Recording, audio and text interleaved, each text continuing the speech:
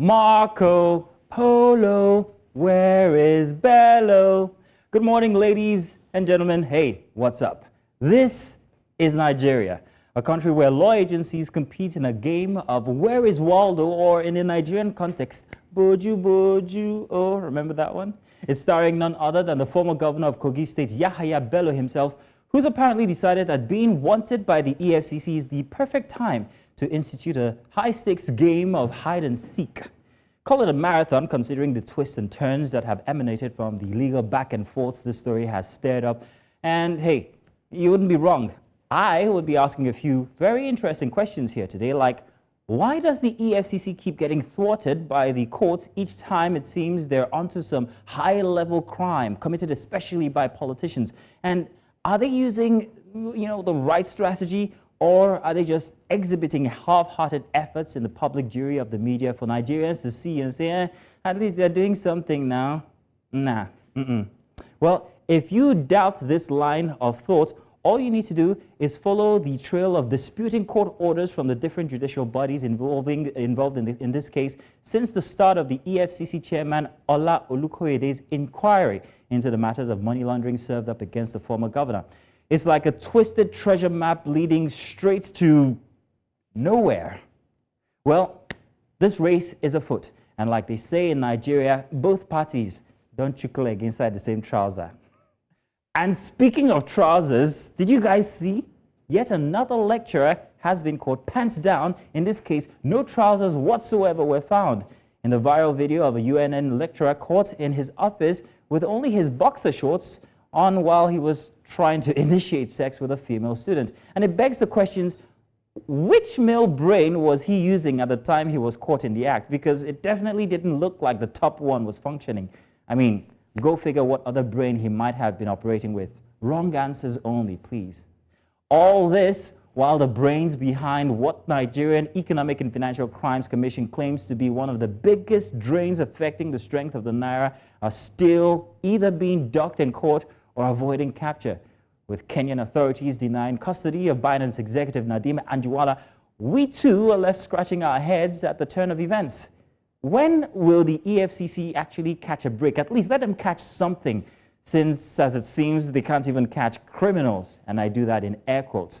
Well, we're geared up for quite the weekend show, and we're glad that you guys have chosen to make us part of your routine. We've got something for every single person, including Emeka and Nkechi. Come closer.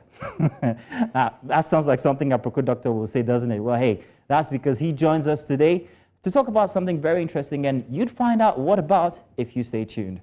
My name is Mazino Appeal, and I have my co-host Judith Atibi joining me in just about a bit to take a look at the dailies. Stay tuned, we'll be back.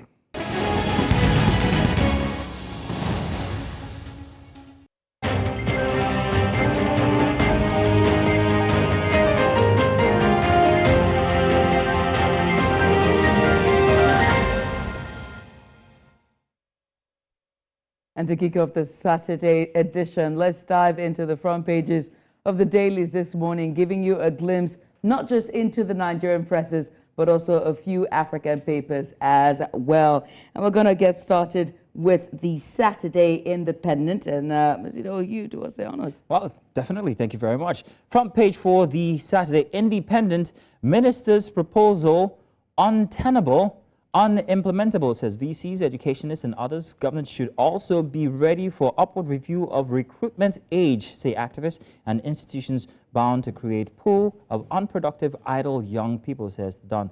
This is regarding age limit for varsity admission. Okay, that's a new one. At the top page for the Saturday Independent, Emir allegedly linked with bandits admits traditional rulers are informants to terrorists. That will make for a very interesting read on page 29. And Ishekiri's own video of purported protest against Polo, Tantita Security Services, and to the right of that, multiple deaths, AGN6 face of God. Right front and center for the Saturday Independent, Tinubu appoints Jimovia to chair Nigerian Education Loan Fund. And, of course, the star of the moment, Yahaya Bello, EFCC boss Olukoyede, to face criminal trial for contempt of court, May 13th, summoned to show cause why he shouldn't be committed to prison. I found this very interesting. Only just yesterday, it broke, and I was like, oh my goodness, this story has no end. I mean, at the end of the story, we should all be boasting law degrees because of the amount of times he's got us running back to lawyers and asking what's going on, as in, what does this mean? How does this impact so and so? And that would be all for the Saturday Independent. What other daily do we have? Judith, yes, what are you going to be taking? Let's move on now to, I'm going to wait for my guys at the back there to give me the cue. We're going to The Guardian. All right. That's correct. There we go. On The Guardian there, the very first headline that jumps at you. Suspension drama. How Ganduje escaped Oshomole's treatment as APC national chairman. And you can find that on page 2. The Saturday special, or pages 24 and 25 of The Guardian on Saturday. Baby switching, a booming trade behind increasing paternity crisis. And on Guardian Women, page 15, you'll find to develop resilience and tenacity, women should walk on their minds. Tell me about that. Moving on now, you can find this headline on the page 3 of the Guardian newspaper, which is World Malaria Day. U.S. pledges to foster robust malaria services in Nigeria. And on the page 29, same with Star of the Moment, Yahaya Bello, EFCC boss to face criminal trial for contempt of court May 13th. And below that headline, LG polls, hoodlums attack Oyisi office, injure policemen. And that's on page 28 of the paper. On page 3, you find this headline here. The story is Ansar arms deal saga.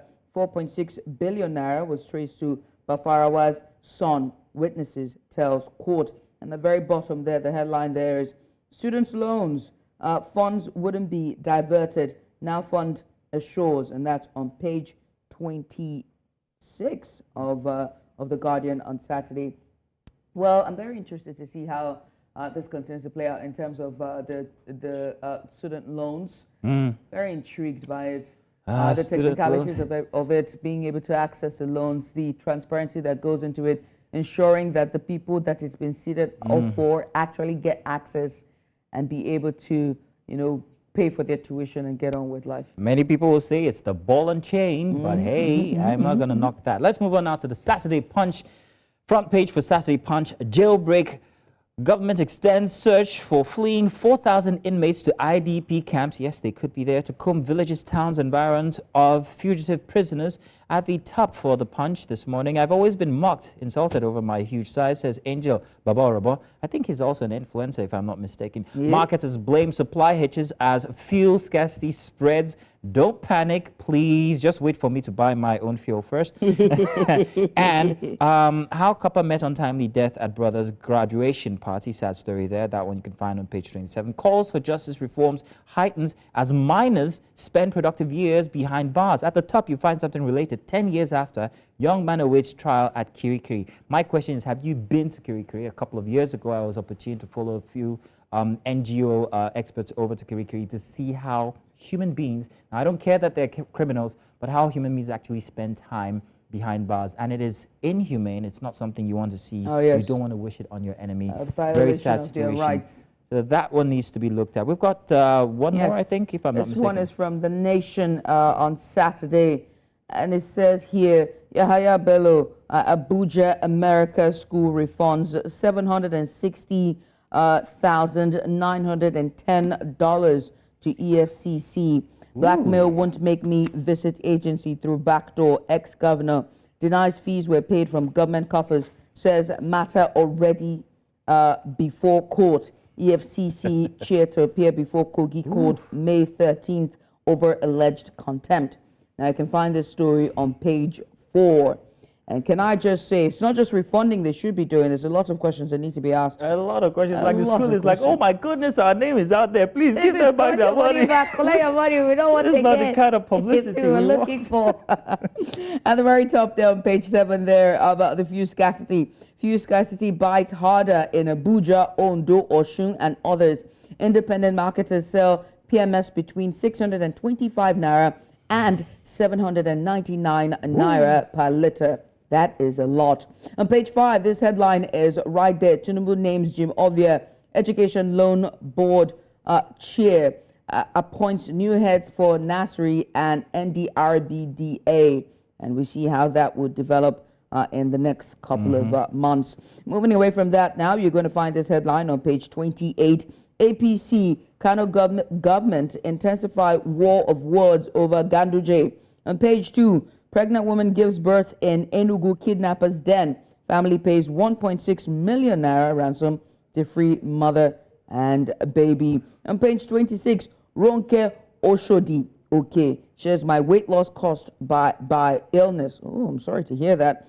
BDCS more harmonized retail and forex market. You can find that story on page 5 of The Nation on Saturday. Regarding the fuel scarcity, I'll tell you something, and the amounts that were mentioned there regarding how much you pay in currency. This has been happening for a long time, even before the change in price for fuel, because I remember traveling, the closer you get to the north, or away from, let me not say civilization, but from Lagos, Port Harcourt, or Abuja, right, from the centers, more expensive fuel becomes. And in about 2 weeks, I'll be doing another trip, and I think I'm going to document exactly how much per liter I'm going to be purchasing fuel.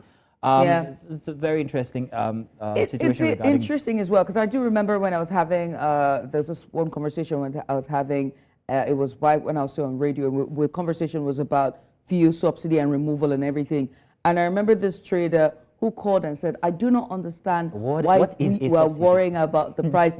Before the removal, we have been paying this amount in eastern Nigeria. And so why then are we now bothering? It's the same amount. The only thing now is everyone else gets to pay the money that we've been paying.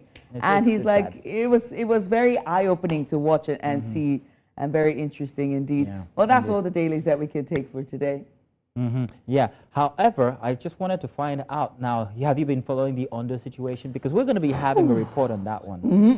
The primaries for the PDP, at least now we have the two major parties having their principal members. Right. So we're gearing up to see what November is going to be like. It's going to be very interesting. And if you stick around today, honestly, and also I'm looking forward to speaking to our correspondent Nee. He's been there for over a week now, just covering the stories and just being there on the ground and seeing what's happening in terms of the primaries and how it's being conducted and the technicalities and regularities behind it. So I'm very intrigued to see his own point of view and what's been happening behind the scenes that we don't get, privy to as he has firsthand. So yeah, it's a good times.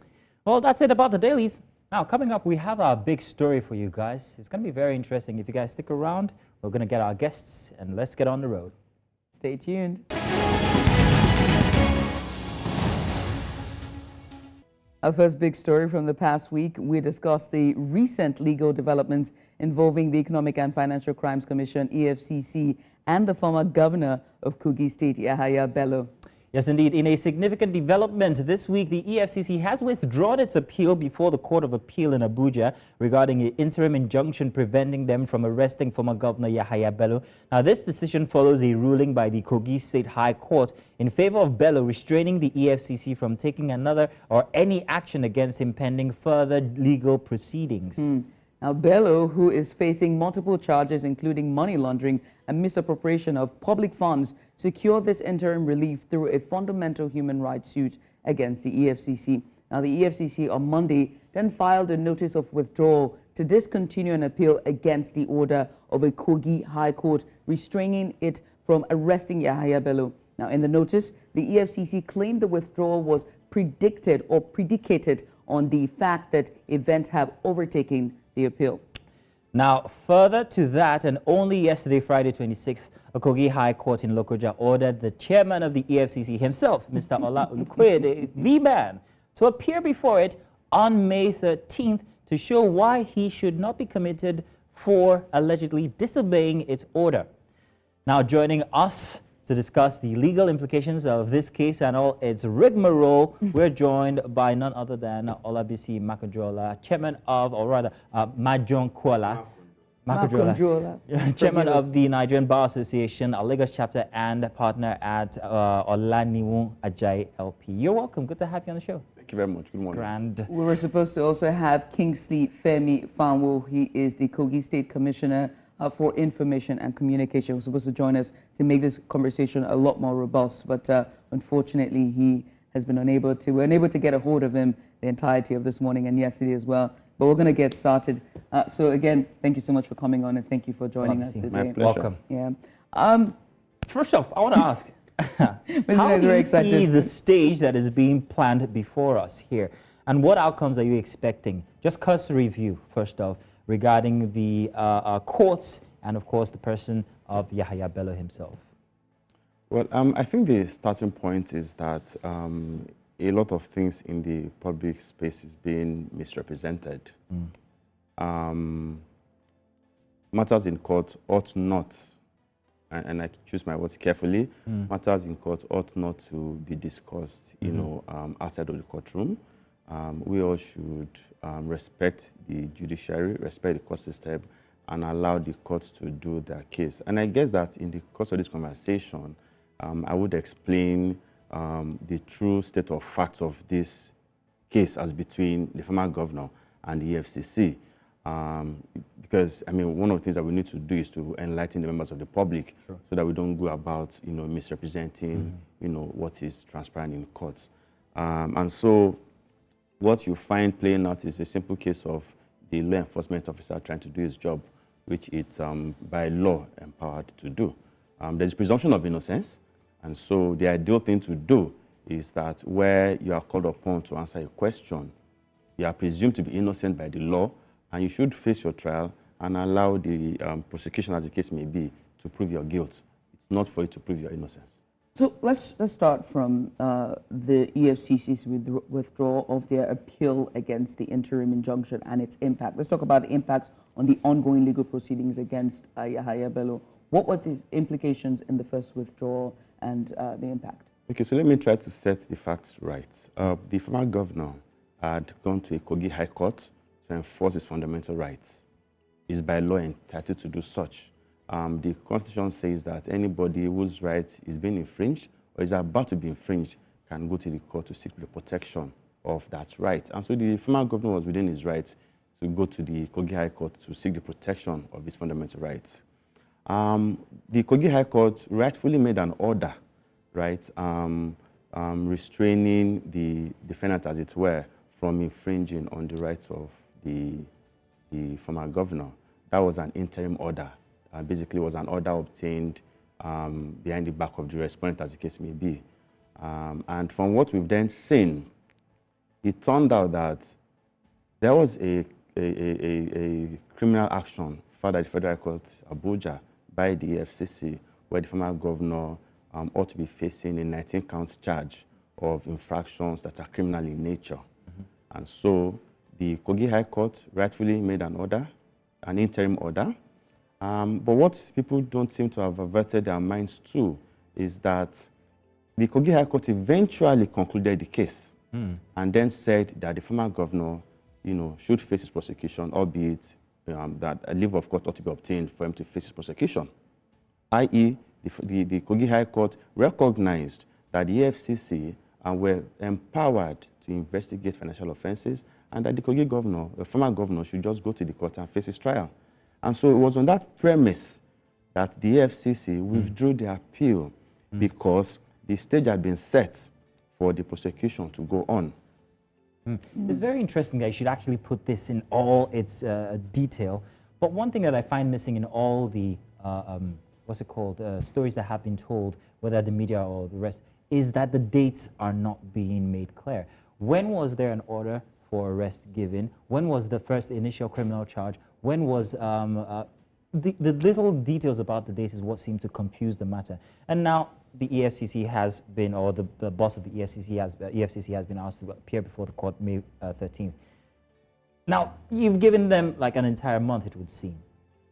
What's going to happen in between now and May 13th? So for what I suspect to be the case, the contempt charges that have been filed relate to the period where the order was made. If you remember, the Kogi High Court had made an order, and in that period, there was an attempt by the EFCC to arrest. And my understanding is that the contempt relates to the period when that order was alive. And so that is why the EFCC chair has been called to explain his role, you know, regarding what he did whilst that order was alive. Don't forget I had said that ultimately the Kogi High Court had said that former governor could face his trial, albeit that there ought to have been there should be the permission of the court to Is this face in that respect to charge. the siege that was laid on the former governor's house? Was this the time period we're looking at, and was that the action with which the court is referring to? I'd like to regarding the believe. contempt I'd like to believe that, and that's why I said that the contempt relates to the period when the order was alive before the Kogi High Court eventually concluded the case. Okay. So yes. All right. I'm going to take Our guest today is Olabisi Makojola. He is the current chairman of the Nigerian Bar Association Lagos chapter or Lagos branch. Yes, please, Lagos branch. Lagos branch. And he joins us here to discuss about the EFCC versus Yahaya Bello and all the issues and all the legal intricacies that's going on. I would like to call it legal clash and battle, but nonetheless. But in the meantime, we'll continue this conversation. But first, our correspondent who is live at Ondo and with the ongoing primary elections going on in Ondo State is live right there in Kogi. And he joins us now. Ni Omoni, can you hear me? Ondo State, forgive me. Ni Omoni, can you hear me? Ni, are you there? we seem to be struggling with that. We seem to be struggling with his connection. I'm sure we'll bring him to you as soon as we can establish conversation with him. But back to you, Olabisi. Now, you were telling about the fact that you suspect that it might be the period with which is being referred to here as the period when he perhaps maybe has come in contempt of court. But now that he's been asked to, I know you can't talk much about stuff that are inside of court rulings or so, but what to expect within now and May 13th? What can the EFCC do? And should Yahaya Bello provide himself within that time? Is he subject to getting arrested if he does so? No, I think the information we have is that in the federal court charge, an order has been made for the former governor to be served through his counsel, and that has been made. So the charge is now to the knowledge of the former governor. Again, I'm being careful not to talk about cases that are pending in court because it's not proper to come on television to talk about matters that are live in court. Yeah. But what I would expect would be for the EFCC to respond to the content papers that have been issued and then to explain the position regarding why they did whatever they did. But just to set the record straight, the law the law allows you to once you are challenging an order of court, and I need not cite authorities, my colleagues, are well aware that once a litigant is challenging an order of court, that litigant can act in defense of that order as long as that order has been challenged. I would like to think that the reasons why, to the extent that an appeal had been lodged, if you remember, an appeal had been lodged against that order, that was the basis why the EFCC proceeded to do what they did, because the logical conclusion is that if I've appealed against a decision, then I should be allowed to do what I'm doing, just so that in the event that my appeal succeeds, then I would not, have lost out of what I ought to have done. Obviously, you are a lawyer by profession. This entire process, the back and forth between the EFCC and Yahaya's legal team, could there be another route to it? If you look at it from your own standpoint, what would have been a better route to come to a point where the EFCC has him in custody and this would have been a smooth conversation instead of him going on a half marathon? Nah. Well, I think that so the case law is to the effect in Nigeria that governmental institutions, particularly agencies such as the police, ought not to be restrained from doing their work.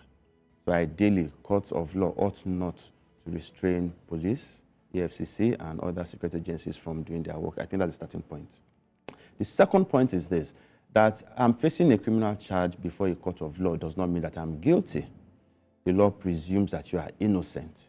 And so it is for you as the defendant to attend to your trial and for the prosecution to prove your guilt. It is not for you as the defendant to prove your innocence. And so one would have expected that, the respective parties in this case, knowing fully well what the law is, would allow the court of law determine this case, and possibly for the prosecution, if they have enough evidence to establish the guilt of the defendant, and for us not to have all of these media trials here and there. It's not the best for the justice sector. The continuous absence of Yahaya Bello, what do you think will be the consequences of his continued absence? Well, the law allows you to be tried in absentia, provided there's proof of service of the charges on you. We are now aware that there's been service via his lawyers, and so the implication is that the matter ought to now proceed to hearing. Again, I would refrain from commenting about what's happening in the courtroom, but it will be nice for us to follow that space and to understand what the respective parties will do in relation to that litigation. But the course is clear for the matter to proceed, as it were. All right, we still have a lot busy, but yet again, we have Nee Mani, who is all in Ondo State, witnessing what's happening with the PDP primaries. Online with us, Nee, good morning. Finally, we have you. Good morning, Mazzino. Good morning, Judith. Good morning, Nee. How's it going? Hectic, I would say, but yeah, it's important to us to do our job. Hectic, but we're not seeing it in your body. It's okay. Nee, tell us what's happening in Ondo. You've been there for almost going on a week and a half now. What exactly is the situation currently with the two lead parties having their principal members on ground or being elected? Tell us the situation. Well, there's no way to feel the pulse of the people today because I woke up to a cultural shock, not a cultural shock, let's say environmental shock, that there's environmental sanitation here in Ondo State, so movement is kind of limited, extremely limited till around 10, unlike Lagos where every day is a work day. So we wanted to go out early this morning so we can have some people actually hear from them and let them speak about it. Different flag bearers for the opposition and of course for the incumbent ruling party, but yeah, we couldn't do that. But yeah, what we've heard so far, we do know that whether there's internal issues or not within the APC, because we're hearing that the last meeting of the 16 aspirants in Abuja didn't go down so well, and about 2 of the aspirants actually walked out of the meeting, unconfirmed anyways, but from inside sources, that's what we could hear. So not everybody is still satisfied with the fact that the incumbent, His Excellency Lucky Aiyedatiwa, picked up the ticket and became the flag bearer of the All Progressives Congress, which is the ruling party in Ondo State. So that is still there, but I don't think anything will change for now, because he's still going to be the flag bearer of the party until otherwise announced by the National Working Committee of the party. Now, for the opposition party, which is the PDP, the aspirants, we had the aspirants residents yesterday for our breakfast show, and he spoke a lot about what he would do. He first started with the friendship he has with the incumbent, the fact that they're actually friends, and in fact, when he won the primaries, the PDP primaries, they actually reached out and they had a conversation. But it doesn't mean that they don't still have a contest to actually finish. And he was speaking about how he had grown and moved through the polity in the state from the ward to now becoming, before he became the deputy governor of the state. If you could remember, if you recall, he was the deputy governor for His Excellency later Rotimi Akeredolu for his first tenure, but there was a fallout and a call for his impeachment. Then that was when His Excellency Lucky Aiyedatiwa came into the scene. So the same principal, late Rotimi Akeredolu, had both of them as his deputy. Now, they've both functioned in the same capacity, they've both operated in the same capacity, and there was a question thrown to him during the breakfast show yesterday that what are you going to be doing differently? What makes you particularly stand out? And knowing that what did you do when you were the deputy governor? That's a PDP aspirant, Agbola Ajayi. What did you do when you were the PDP governor? When you were the deputy governor, pardon me, at the time, that we now make people look at what are the works. And it was like, well, you know the role as the deputy governor, you only do what you are assigned to do, unlike the governor who has the full executive power and weight behind him and he can enforce. So we also spoke with the electorates in Town and everyone. Everyone is just like, you know what? Both of them have served in the same capacity. Now is the time where their works will actually speak for them. So until the polls in November 16, we really don't know where it will tilt. It might be a very, very tight one because the theme is the battle of the deputies. Let me just put it that way, because they were both deputy governors, and of course, it's going to be a very tough one. People were hoping the incumbent was going to have it easy, but with this man on the scene, this is a man that I'm talking about the PDP now. is someone who has lived through the process. He grew, you know, someone who has played the polity from this grassroots to the bigger stage right now. So it's going to be a really tough one. Although, let's not forget that APC and PDP is not the only party in Ondo State. Today, the Young Progressives Party and the African Action Congress are going to be having their own primaries today. Indirect consensus, according to what I heard, at about around 10 and 12. Respectively, but yes, we do know that they are not strong. They are not strong opposition, but we can't play them down, because who knows? Anything is possible in politics.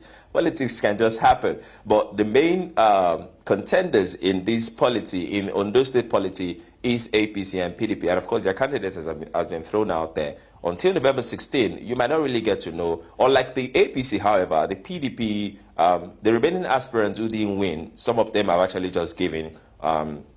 There's no call for a review or petition, because we do know that in the APC primaries, I think about 3 aspirants had submitted petitions at the time we confirmed, and of course there are still a lot of internal issues to be sorted. But for the PDP primaries, there are no petitions whatsoever. In fact, 3 of the aspirants that were remaining actually, in that all, during the announcements, you know, tried to org and celebrated with alongside the tickets and the flag bearer of the party. So that's all I have for you for now from the aspirant side. Of course, we keep checking in, we keep knowing what is going on, and if the aspirant says something different, but of course I want to believe, I'm looking forward to the campaign actually, because I want to see what their manifesto will be like, what their plans will be, what their promises will be, because no one has served in a bigger capacity than the other. They were both deputies, so we look to see so many things unfold.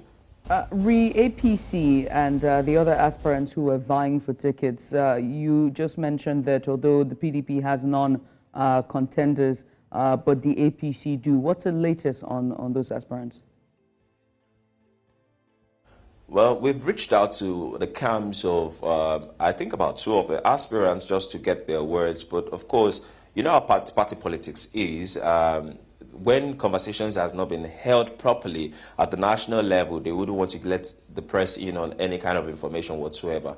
But we do know that it's a little bit delicate, and they're not giving information out currently, but nothing has shown us otherwise that the incumbent, His Excellency Lucky Aiyedatiwa, won't be the flag bearer. So for now, none of the camps, opposition, other aspirants camp is speaking to the press. But one thing we know that is synonymous to both party primaries is that these primaries, the election or the ticket has been zoned to the south of the states, because we know that most of the aspirants from the APC were from the south, and even the PDP too, most of the aspirants were from the south. In fact, the current both party, the 2 deputy governors now that hold the flag bearers for the 2 parties are both from Ilaje local government. So it's a big contest. It's big. They are contesting right from the same local government back to the same position they've held. Now they're trying to win the vote of the people. So it's a whole lot. I don't think there will be any issues from other aspirants, especially in the APC. I'm sure they are going to sort this out within the party, and because elections campaign is going to start very soon. So yeah, that's all I think will happen for now. All eyes are on the Sunshine State, that's for certain. Thank you very much, Nee. Thank you for the updates. We'll be looking forward to more of your reports. Now we're going to come back into the studio here where we have Olabisi still here with us as we discuss the EFCC versus Yahaya Bello instance. And I wanted to ask something. Now, pending cases in court aside, not looking at those, let's talk about what seems to be clashes between the courts, whether it's a state court or the federal court. Why does it seem like there is no channel of communication between the separate courts or judicial systems that are involved? Why is that happening?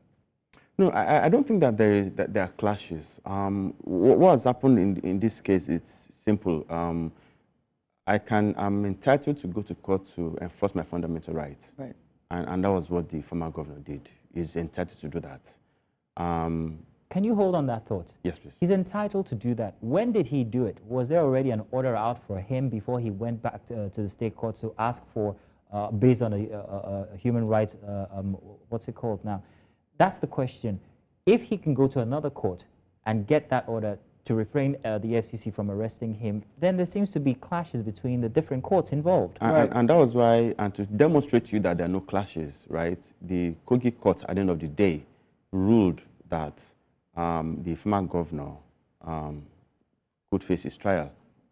So there was no blanket order of court saying that he should not be prosecuted. And don't forget, I had said that there are cases that say that courts of law should not give orders that restrain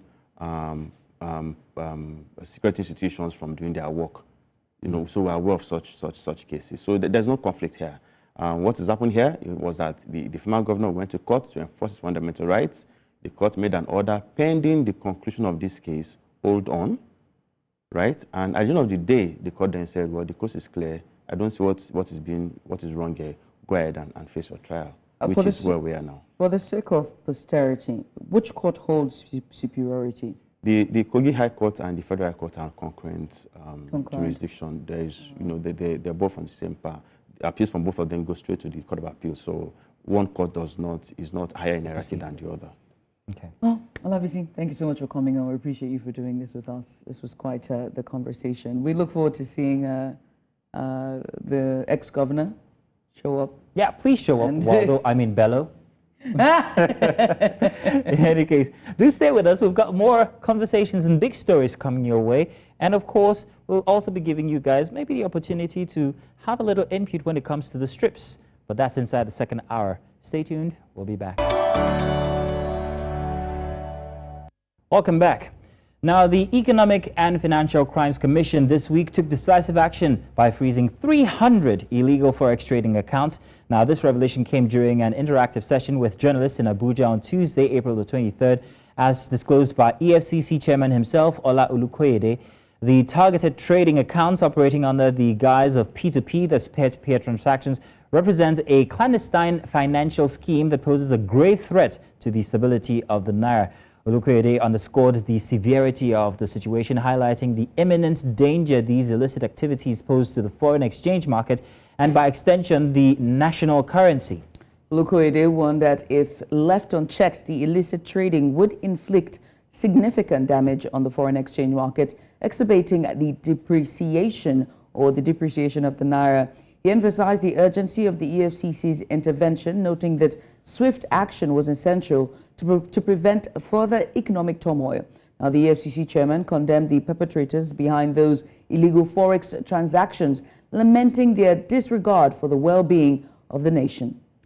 Now, in related developments, the extradition of Nadeem Anduwala, Binance regional manager for Africa, who escaped from custody in Nigeria on the 23rd or rather 25th of March after being charged with tax evasion and money laundering, has met another stalemate. While Nigerian authorities have traced Anduwala to Kenya, multiple reports indicating that the Binance executive is now in the custody of the Kenyan police. Since his escape from Nigeria, the EFCC, Interpol and Nigeria Police Force and the Kenyan Police Service have been in discussions regarding his extradition. However, the Kenyan agencies seem to have misplaced him or say, no, we don't have him with us. Now, there's a myriad questions that beg for answers, some of which are, how was a suspect able to escape from the Kuje facilities in Abuja? Why do we keep recording escapes? In fact, only just this week, 100 more prisoners escaped again. And there are more questions like, what exactly are the state of things in Kuje prisons? And how was Binance executive Anduwala able to obtain a Kenyan passport and evade the country through the Nigerian airspace? There's so many questions to ask. Well, joining us to discuss the legalities of this case and its potential impact, Victor Samaria is a senior associate Templars Law, and he joins us live in the studio. We also have Carla Obakbulu. She's a founder, CryptoSmart, and lead partner, Borderless. Lady and gentlemen, thank you so much for coming on. Good morning. Thank you for coming and joining us. Let's get started, shall we? How do P2P apps facilitate, transactions that could potentially lead to tax evasion? And what are the common methods used to evade taxes in this context? And I'm going to start with you yourself, Victor. Okay, I think a good starting point would be to mention that as a lawyer called to the Nigerian bar, we're precluded from speaking or going into the merits of the ongoing case before the courts, or speaking on the matter in the manner that interferes with the ongoing process. But that said, I think before I even delve into the question you've asked broadly regarding the extradition process, it may be helpful to provide some context as to what an extradition process entails. So generally, an extradition process is where a sovereign, a requesting state, so to say, request for the assistance of another country to arrest and essentially hand over a fugitive who is either facing persecution in the requesting country or is meant to serve a sentence in a requesting country. And so, broadly speaking, extradition processes are very unique. There are judicial processes, several judicial processes involved. There are political aspects to it. And so I wanted to just lay that context before coming back to your questions regarding P2P trading. Now, obviously, the recent events that have been happening in the crypto regulatory landscape, it's been a very troubling time for most players within the crypto space. Now, based on publicly available information, some of the concerns of the government appears to have been, since the rapid free fall of the Naira appears to have been attributed to some of these activities that are happening on many crypto exchanges. And the P2P platforms essentially are platforms where merchants and customers converge to trade cryptocurrencies. And a very unique point for a lot of people to understand is that in most cases, some of the crypto exchanges are not actually directly involved in running the P2P platforms, albeit they provide a platform for merchants and customers to interact and exchange trades. But ultimately, in most cases, they are not the ones actually responsible for effecting these trades. Yes, so they're just a platform that they provide for. But then again, how can an individual who's trading using these platforms, how is it possible to evade taxes? Because that seems to be the main issue here. In terms of taxation, right, there are a number of broad factors, and without even going into the details of the case, there are a number of broad factors for a lot of people to understand. Before you can attribute or make a determination as to whether someone is evading tax, you need to be able to say the person has derived some type of profit from either their business activities in Nigeria, in this case Nigeria, and ultimately come up with a tax assessment to say, or an estimation of what you think they ought to have paid to the Nigerian government. And so I'm not sure if it is unclear if those details, based on publicly available information, we're not aware if those details have been made available. But ultimately, there has to be an estimation of the profits that you've derived from your business activities in Nigeria for you to be potentially taxable. And thereafter, if you fail to pay the requisite taxes, the government or tax authorities can go after you for possible tax evasion. I'd also like to talk about the regulatory frameworks or the guidelines that P2P app developers and users, should follow to ensure compliance with tax laws. But I'll come to that question. In the meantime, we are bringing you the news at 9, and we do have our newscaster, this time Dapo, my guy, on standby. Dapo, good morning to you. It's good to see you. Good morning, Judith. Good morning, Mazino. For a second there, I thought you forgot about me. But I bet you. good to see you, Dapo. Dapo, let me leave you to bring in the news for us. What's the biggest headline at this hour? The biggest headline at this time happens to be Yahaya Bello. It's all over the news. Oh, my Back goodness. and forth between the former governor of Kogi State, Yahaya Bello, and the Economic and Financial Crimes Commission. All encompassing. The update we're getting right now, the feeling I'm getting right now is that a particular court in Kogi is actually summoning the EFCC chair. Oh, yes. Oh, yes, indeed. Yeah. We actually just spoke about that this morning. On a case of contempt. So, right now, it almost appears like the judiciary is permit me to use this word, a pawn in this game, right? Both parties just seem to be using the judiciary for either protection or, Exactly. It's a game of badminton, and the courts are the bats. The ping pongs. But isn't that law in and of itself when you think about it, guys? Isn't that law? Because when you think about it, it's not everyone is innocent until proven guilty, and so you can use the rigmaroles of the law to your advantage, so to speak.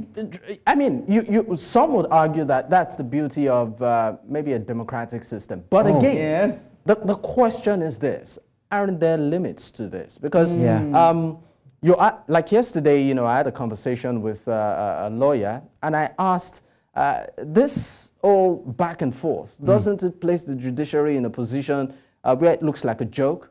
And I mean, I could see it on his face that he admitted, he said yes. He said, you see, where at some point, maybe some people with deep pockets just walk up to, you know, a court in their village and then look for some sort of injunction, restraining order, and then, you know, it's the back and forth just makes the whole thing look very unserious. Oh, but I believe, it's not just the courts the that are house is being full of used. lawyers this morning, so maybe It's not just the court. You and I are also being used because it seems like this media jury that's been going on since the start of, it's working to either or. It's working to somebody's advantage, if you ask me. I mean, that's my own submission. In all of this, what I'm concerned about is also the law enforcement. I've been saying this, we need to also start to ask a lot of, you know, pertinent questions about the law enforcement. There were security details with him. This was the same thing with Anjarwale, and now, Anjarwale, I beg your pardon, and now Bello as well. He left, you know, and then apparently there were security details with him. No, there are no heads on the chopping block. There are no letters of resignation. There's nothing. We don't know nothing. It's it's unfortunate. Yeah. I mean, Tell really you what- interesting times. But I mean, it also brings to the fore the issue of state police. If at all, you know, Nigeria is ready for that, looking at what is going on with this Yahaya Bello case. But let me on that note say hello and welcome to Breakfast Headlines. My name once again is Dakwa Adegboye. Let's get to it. President Bola Ahmed Tinubu is in Riyadh, the Saudi Arabian capital, to participate in the 2024 Special World Economic Forum on Global Collaboration, Growth, and Energy for Development. This begins the second leg of his two-nation tour following his engagement in The Hague, Netherlands, since Wednesday. Over 1,000 leaders from business, government, and the academia from more than 90 countries are expected to attend the high-level forum in Riyadh, which is scheduled for Saturday and Sunday. Talks would center around actions taken since the inaugural Growth Summit held in Geneva, Switzerland in 2023. Still on President Bola Ahmed Tinubu, he has appointed renowned banker and businessman Jim Ovia as the chairman of the board of the Nigerian Education Loan Fund. This was disclosed in a statement by the special advisor to the president on media and publicity, Ajuri Nganale. The president believes Ovia will bring his immense wealth of experience to the role to advance the all-important vision of ensuring no Nigerian student suffers a capricious end to their pursuit of higher education over lack of funds. Ovia will be tasked with ensuring Nigerian youths have access to higher education and skills that will make them productive members of society.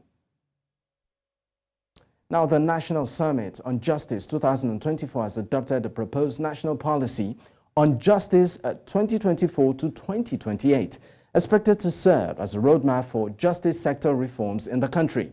The summit, which came to an end in Abuja, adopted several key recommendations proposed by participants, all focused on improving the nation's justice sector. Reached by this panel was that the role of the NJC in discharging its responsibility for judicial appointments into the Superior Courts of Record required significant review. There was a concern expressed about the fact that the Chief Justice of Nigeria, who is the chairman of the NJC, is also the chairman of the Federal Judicial Service Commission, which is the body that initially reviews proposals or lists of candidates for appointment into judicial office. The members pointed out the seeming inconsistency between the Chief Justice of Nigeria playing both those roles, as it would appear that he was then recommending candidates to himself, being chairman of both bodies, and being the person who appoints a significant number of the members of both bodies, other than The former governor of Kogi State, Yahaya Bello, has clarified what he deemed misleading allegations surrounding the payment of school fees for his children. Recall that the controversy began on Tuesday when the chairman of the Economic and Financial Crimes Commission, Ola Olukoyede, alleged that Bello withdrew funds from the state's coffers to pay his child's school fees just before leaving office.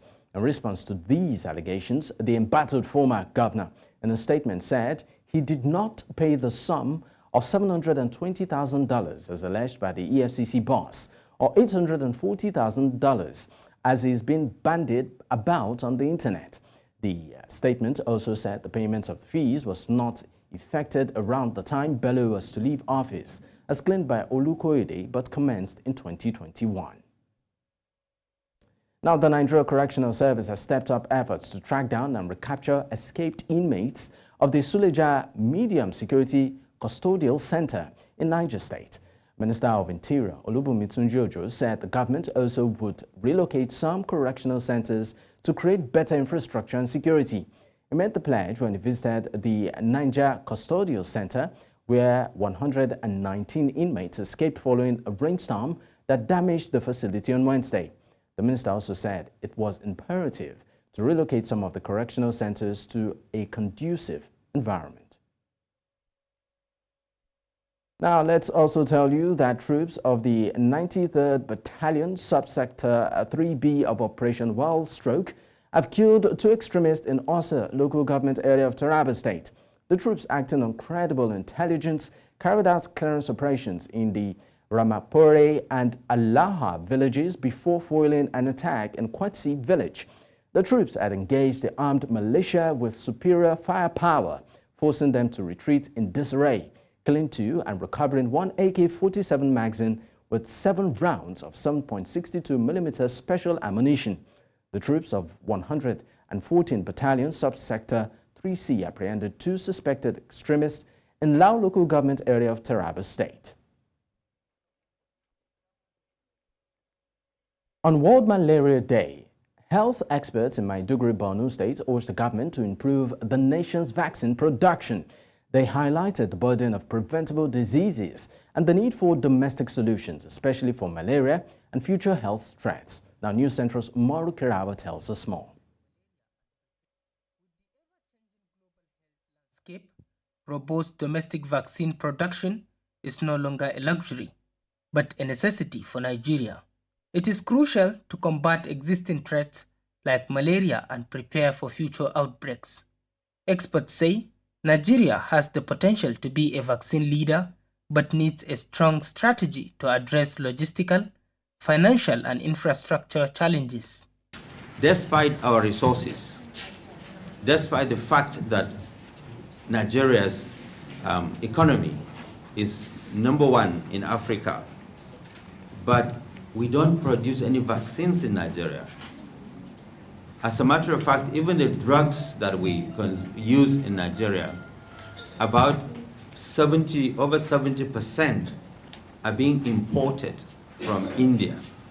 It's a wake-up call, this COVID that has done to us, is for Nigeria to re-strategize and look at vaccine production earnestly. Recognizing the critical role of vaccines in disease prevention, experts emphasize the need for self-reliance. When we start producing these vaccines, especially malaria vaccine in Nigeria, then you will see the difference. We will stop seeing the huge number of our children who are dying every week, up to 4,000 every week as a result of malaria. Doctors say strengthening primary health care centers can also address many medical issues. We must recognize that marginalized communities bear a disproportionate burden of this disease, and they continue to face barriers to essential interventions, including lack of access to insecticide-treated beds, lack of adequate diagnostic testing, and anti-malaria treatment, especially in resource-constrained settings. Experts say enhancing the capacity of the first healthcare contact, the primary health center, will help in addressing most medical ills. Consistent awareness campaign on major diseases like malaria through the use of mosquito nets, improved hygiene, is also said to proactively ensure healthy lifestyle. In Maiduguri for News Central, Umar Kirawa. And that's all on the headlines at this time. Back to you, Judith and Mazina. Thank you very much, Dako. Good to have you. Thank you, Dapo. Thank you for having me. Now. I'll see you in the newsroom later. All righty. Let's get back to our guests inside of the studio as we're discussing the EFCC's crackdown on illegal FX traders. This includes apparatus like P2P trading and all of that. And we have Victor in the studio here with us, Victor Samaria. And of course, we also have Kayla Okpabolo, who's joining us via Zoom, I think. Okpabolo, yes. Welcome, Kayla. Good to have you on. Thank you. It's Carla, actually, not Carla, thank you so much for coming on. Let's continue with our conversation, right? Before the break, I said, before the news, I said I was going to ask you about the regulatory frameworks, and that's to you, Victor, or guidelines that P2P app developers and users should follow to ensure compliance with tax laws, and how can individuals ensure that they're fulfilling their tax obligations when also using these apps as well? Okay, so there are two aspects to it. The first aspect is that we have sort of a framework issued by the SEC that is applicable to what we refer to as virtual asset service providers. That framework is very robust. It provides for various types of licenses that operators in the space have to obtain to be able to operate. But unfortunately, there's been a bit of a slowdown in the process, in the licensing process, and up till date, based on publicly available information, we're not aware that any of the crypto exchanges have actually obtained any of these licenses. That's the licensing aspect to it. Now, when you talk about the tax aspect, there are two ways to look at it. There's the tax obligations of the crypto exchanges themselves, as I said, with respect to profits they derive from the operations in Nigeria, and there's also the tax aspect of the actual merchants or users on the platform, and whether potentially incomes they derive from trading on the platform are potentially taxable. And I reckon the matter with regards to Binance borders more on the tax obligations of Binance.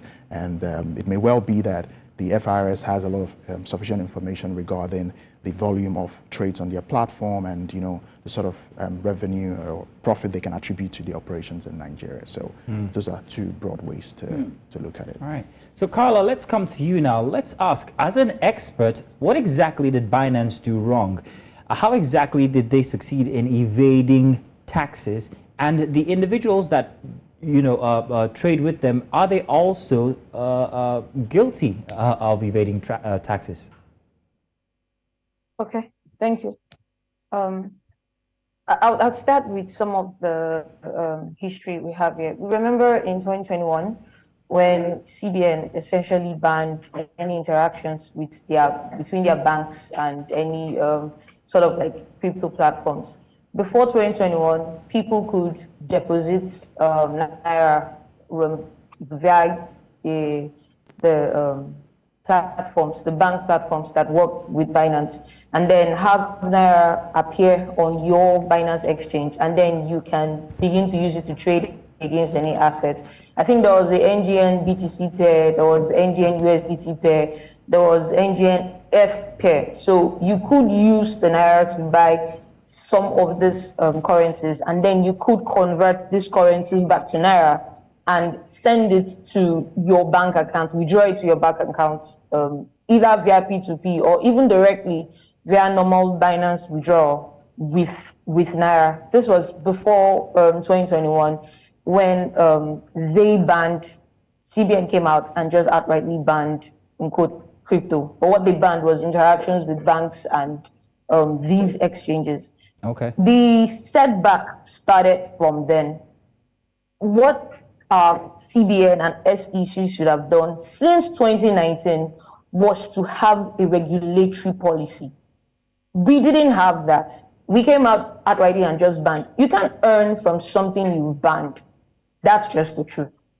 This, if you had a policy to say, hi, Binance, all of you exchanges, you want to do something in Nigeria, buy our license. It's $1.something million or $10 million. Like, there are licenses issued by certain countries that these exchanges actually buy because they want to do business. We didn't have that.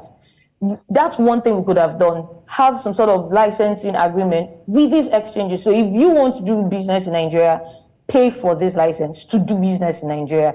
That way you can have an arm of Binance in Nigeria. But we didn't do that. Our country didn't do that. We just went to ban. The second thing they would have done was have some sort of NDIC kind of plan with the exchanges where the deposits of Nigerians are insured. There's been a case of certain exchange that came to Nigeria, I think it was ALX, and there were Nigerians who were deposited to try to trade and do certain things. Months later, we find out ALX was no longer in Nigeria. Exchange was closed. Funds of Nigerians were out. There was no regulation for any of these exchanges to follow. So if you didn't set a policy for regulation, what law did they break? So if you start first with a license and then you have some sort of insurance deposit thing for exchanges where every deposit of every Nigerian is insured, there's the fund that these exchanges are able to hold with the government. The government can hold it and say, in case you run away or do something shady, we can hold these funds and pay back Nigerians their deposits. We could have something like that. The next thing that we could have on tax was, so banks, this P2P traders, they have to put a Naira account, they have to put a bank account that people can withdraw from. P2P traders, there are certain P2P traders that make money from P2P trading. So it could be that, if you have your bank account listed on Binance, it means that account is for business, for P2P business. And then we can tax the deposits that come in. So maybe 5%, 3%, whatever percent of P2P trades that come in to that account can be taxed. That's revenue that our government would have gotten through this work with exchanges, and something that they should have done since 2019, 2020. Okay, let's say 2020 was the COVID year, 2021.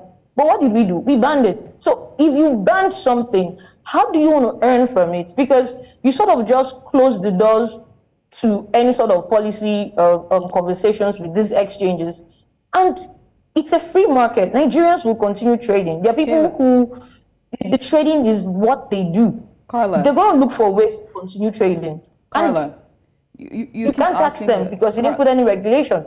Carla, you keep asking the question of if it's banned, then how can you make money off it? But Binance was operating in Nigeria the entirety of this time without any regulation, without any tax filing, but they were making profits off of the country.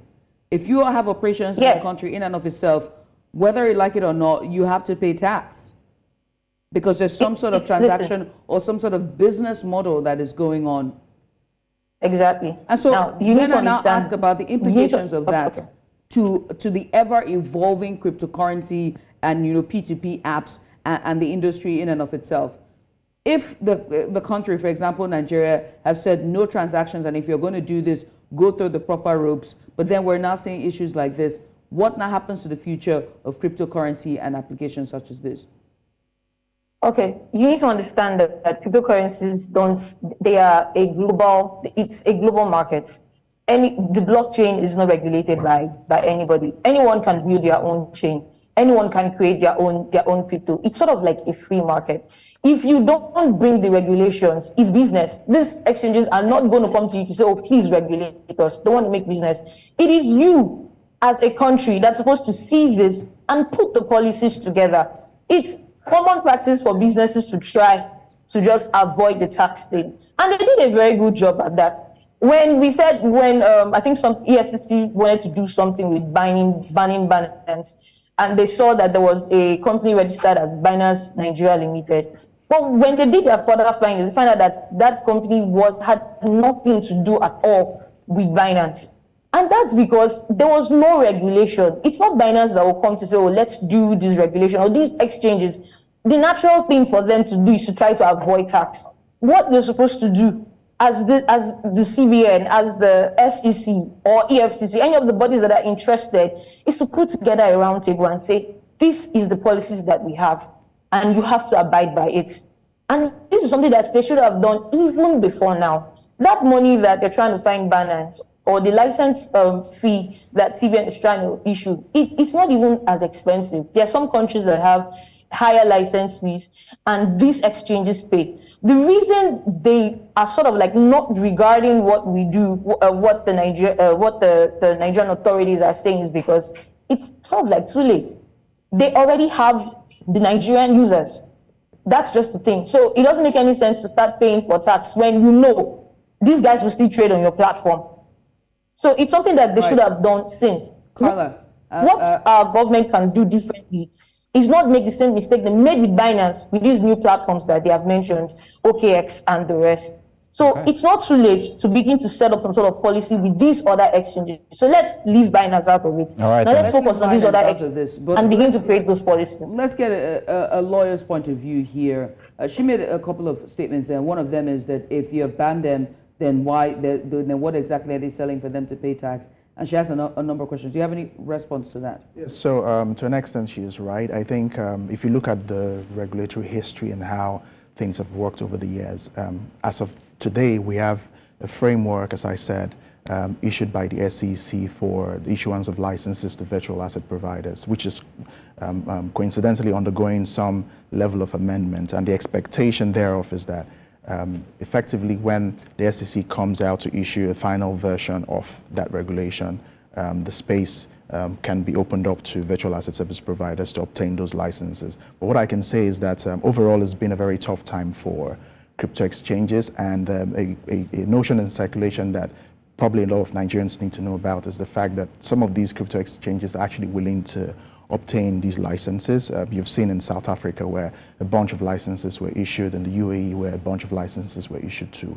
a number of crypto exchanges. And so I don't think in particular most of the crypto exchanges are actually opposed to obtaining licenses in Nigeria. I think the major problem has been the lack of clarity as regards how they go about it, because the reality is that once you obtain a license from any local jurisdiction, you automatically come within the regulatory purview of that jurisdiction. And so before they make their assessment on whether to enter the Nigerian market by obtaining a license, they need to have some type of regulatory certainty as to how things will play out in the event that they obtain a license, yes.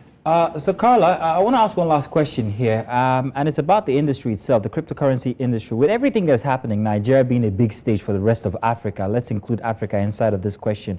What is the future for cryptocurrency in Nigeria, and how would that affect trading in Africa with cryptocurrency? Okay, thank you. So I'll take a look, some sort of pointer from the Bitcoin halving that just happened. I think last week, yeah.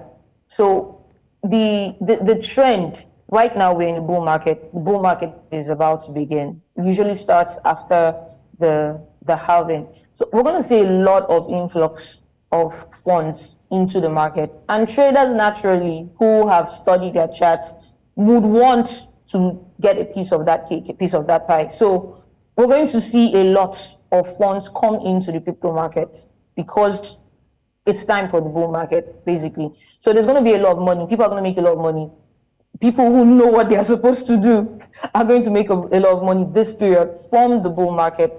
And we're also going to see new products. Crypto, the blockchain is not just about crypto. There are other aspects of it. There are other technologies that can be built on the blockchain. So particularly for Africa, we're going to see a lot of new investments in crypto companies, in blockchain companies that are building using the technology, not just issuers of tokens or traders. So I think it's a really good trajectory that we are on here, because it's happened before. Going from historical data and also some of the projections that we have, it's going to be a good year for crypto, this bull run. Well, thank you very much. Kayla, thank you very much. Victor Samaria, who's in the studio here with us, Senior Advocate, Templars Law. And of course, Kayla Obakbolo, founder CryptoSmart and lead partner at Borderless. Thank you very much. Good to have you guys. So now, coming up inside of the 9 o'clock hour, inside of the 10 o'clock hour, we're going to be talking with someone very interesting, and he's a doctor. But only if you stay, you get to see us talk with him. Stay tuned.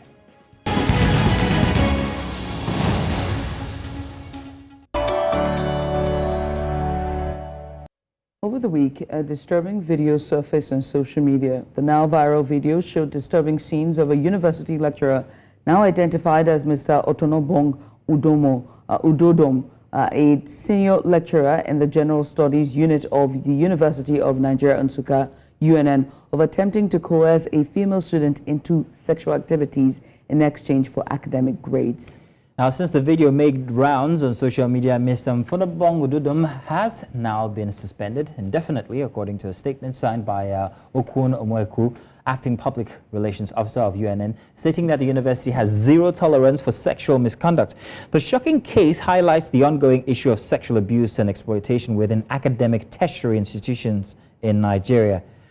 Now, joining us to discuss this matter, we have online with us Omomi Ogunrotimi, Executive Director, Gender Mobile Initiative, and also Dr. Benneth Eze here in the studio with us, Director of Academic Planning, Christopher University. You're welcome, gentlemen and lady. Welcome to the show. Thank you, and thanks for having me. Welcome. You're welcome. Omomi, do we have you? Absolutely. Thank you for having me. Thank you for coming on. Omomi, despite concerted efforts by the media, CSOs, NGOs to raise awareness and eradicate the issue of sexual abuse, sexual exploitation, harassment in our tertiary institutions, why does it still persist? So it still persists for a number of reasons, and they're quite clear. First is that sexual harassment is a systemic issue. It is systemic because it is deeply ingrained, and it also thrives on a system of privilege and oppression. So when you look at the history of sexual harassment in Nigeria, it's not an issue that is just specific to Nigeria. Sexual harassment is a global phenomenon that transcends national borders. And as such, there's a growing body of evidence to suggest that sexual harassment thrives due to unequal power relations. We know that in Africa, we have a highly patriarchal system, which, further entrenches male dominance and also makes women and girls a second fiddle. And as such, sexual harassment thrives in spaces that are characterized by power asymmetry. The second reason why sexual harassment or sexual exploitation, as the case may be, continues to thrive is also because there is a depth of institutional accountability. It might interest you to know that in 2018, there was a World Bank report that indicates that 70% of female undergraduates have experienced sexual harassment. If you ask me, by every measure, that is an epidemic proportion. And sadly, we continue to have conversations about this issue, yet higher education institutions do not have the necessary measures in place. I recall that was it 2020 or 2021, there was the Premium Times report that also indicates that we have less than 30 higher education institutions in Nigeria having internal grievance redress mechanisms, which means that, there is a lack of policy frameworks in these institutions. And again, it's also at this point important to share that in 2018, as an organization, we have set up a call center infrastructure to aid, reporting and access to a range of services. And within 1 year, we had 237 cases, and 80% of these cases emanated from campus communities. That is also to further buttress the scale of the problem. And statistics are not just summary data, they are lived experiences of people. And there is a growing body of evidence to also suggest that higher education institutions do not have reporting channels that are survival-centered. And there is also no confidence in mechanisms established by institutions, which means that over the years, institutions have also failed to demonstrate the requisite institutional courage to take complaints seriously, to sanction perpetrators, and to protect people who experience sexual harassment and who report against possible reprisals. So when you look at the combined effect of all the situations that I have painted, what we would experience is a culture and climate that is permissive of sexual harassment and that continues to embolden perpetrators to continue to, carry out those patterns of sexual exploitation and abuse, as the case may be. Okay, well, thank you very much, Mommy. Thank you so much Dr. for Bennett, that you heard what answer. she said. Institutions are not taking proactive actions. You are a member of the Academic Staff Union yourself. So what can institutions do to, first off, help address issues of sexual harassment and then prevent these issues? Okay, why I agree with Omomi that it's taking epidemic dimension, it's becoming more prevalent in our tertiary institutions and all that. But it's not true that universities particularly don't have policy framework. We do. I know so many lecturers have been sacked as a result of sexual harassment. This happens to be something that we don't joke with at all. I don't know if you're also aware that some universities have even gone a step further by installing CCTV cameras in lecturers' offices so as to monitor their activities. So the policies are there and people are being sanctioned. And the most important thing is consequences. Once you know that if you engage with your student, either consensually or not, it's not even a case of consent.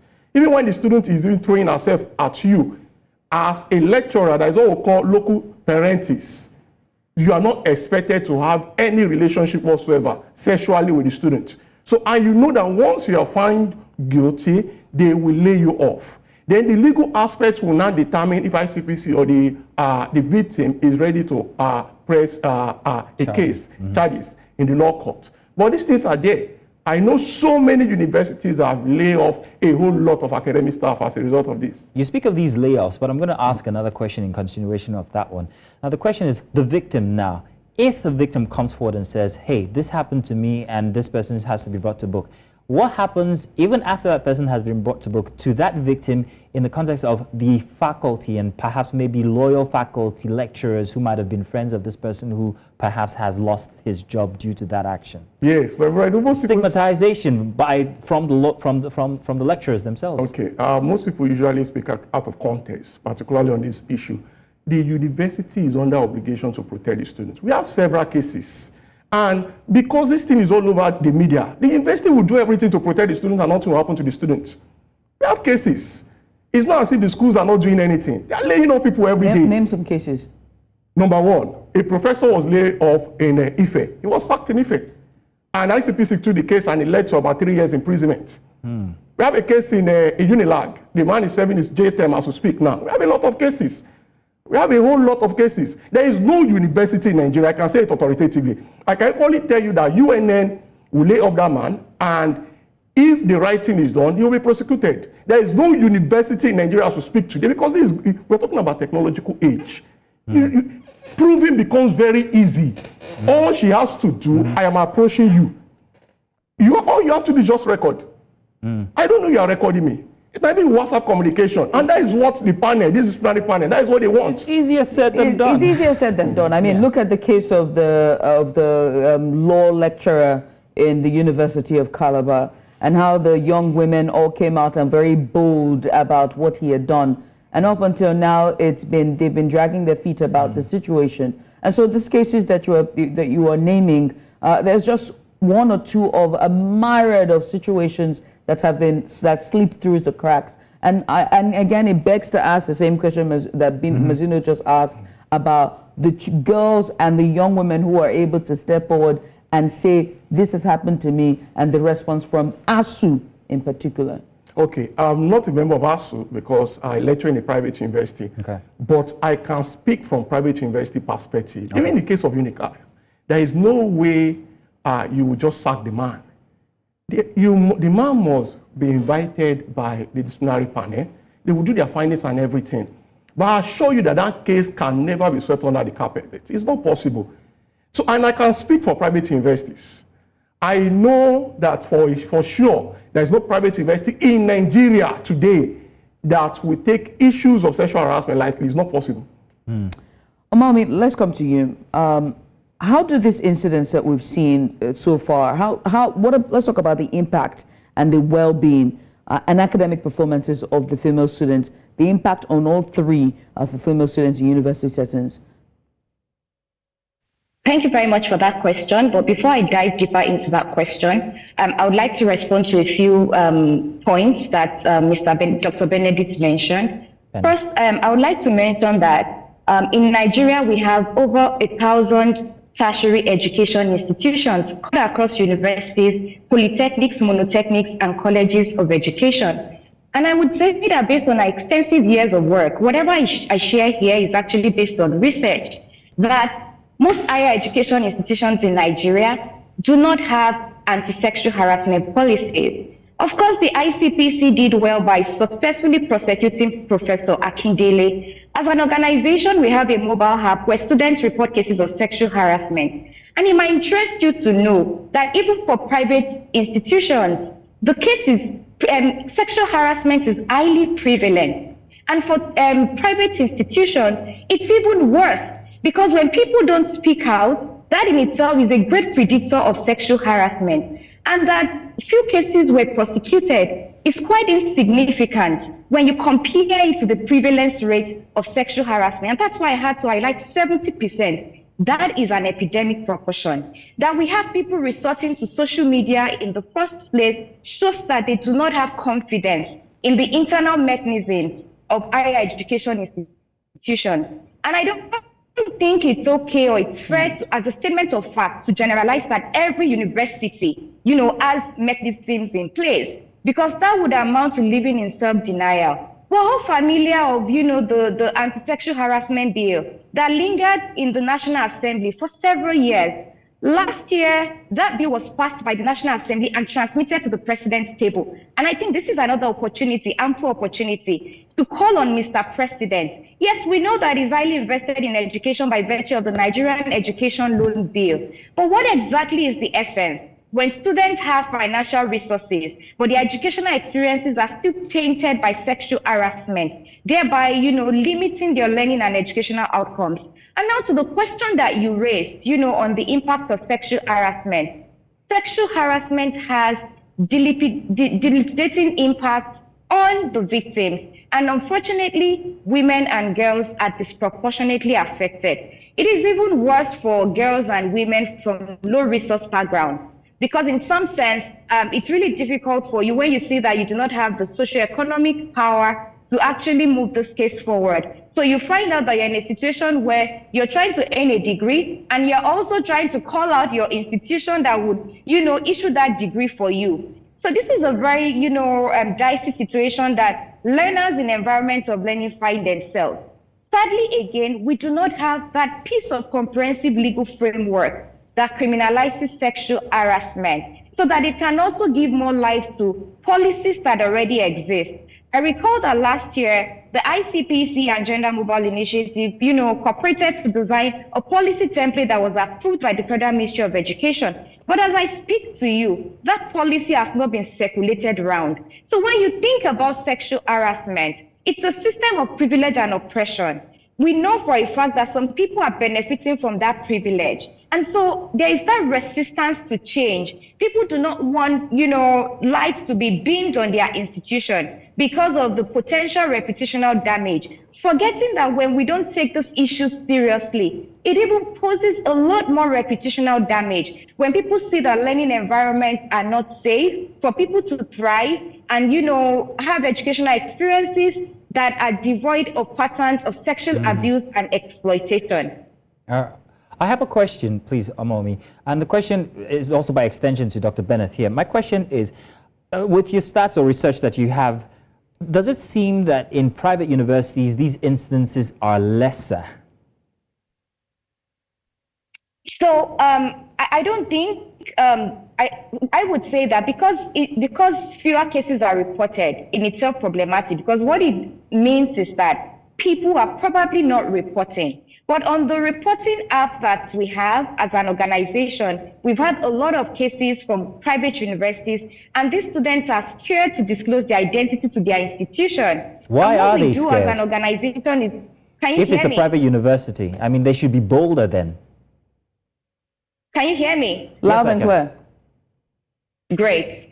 So a lot of the students report to the app, they disclose their identity on the app, but they do not want their institutions to know because of fear of reprisals. So what we do is to write to the institution, and also do what we call, a non-identifying offender profiling. Because when these students report, they share the name of the, lecturer, and they also give descriptions, so that when we write to the institution, they have a sense of whom we are talking to without necessarily also putting us at risk of a defamatory suit. Because again, we've seen cases where students bail out also because of fear of, not furthering their education in that learning environment. So it's a complicated web that it would take mutually reinforcing strategies, especially at the level of the institution leadership, to ensure that, they demonstrate zero tolerance to sexual harassment. But I would say that it's highly prevalent in private institutions, also because the institutions themselves, they live in self-denial. And I would say there was a case that was reported by a student, and at the time when the student when the case was escalated at the level of the private institution, this institution had to lock up this student, and under duress, they mandated her to write a letter. Mommy, I'll let you continue.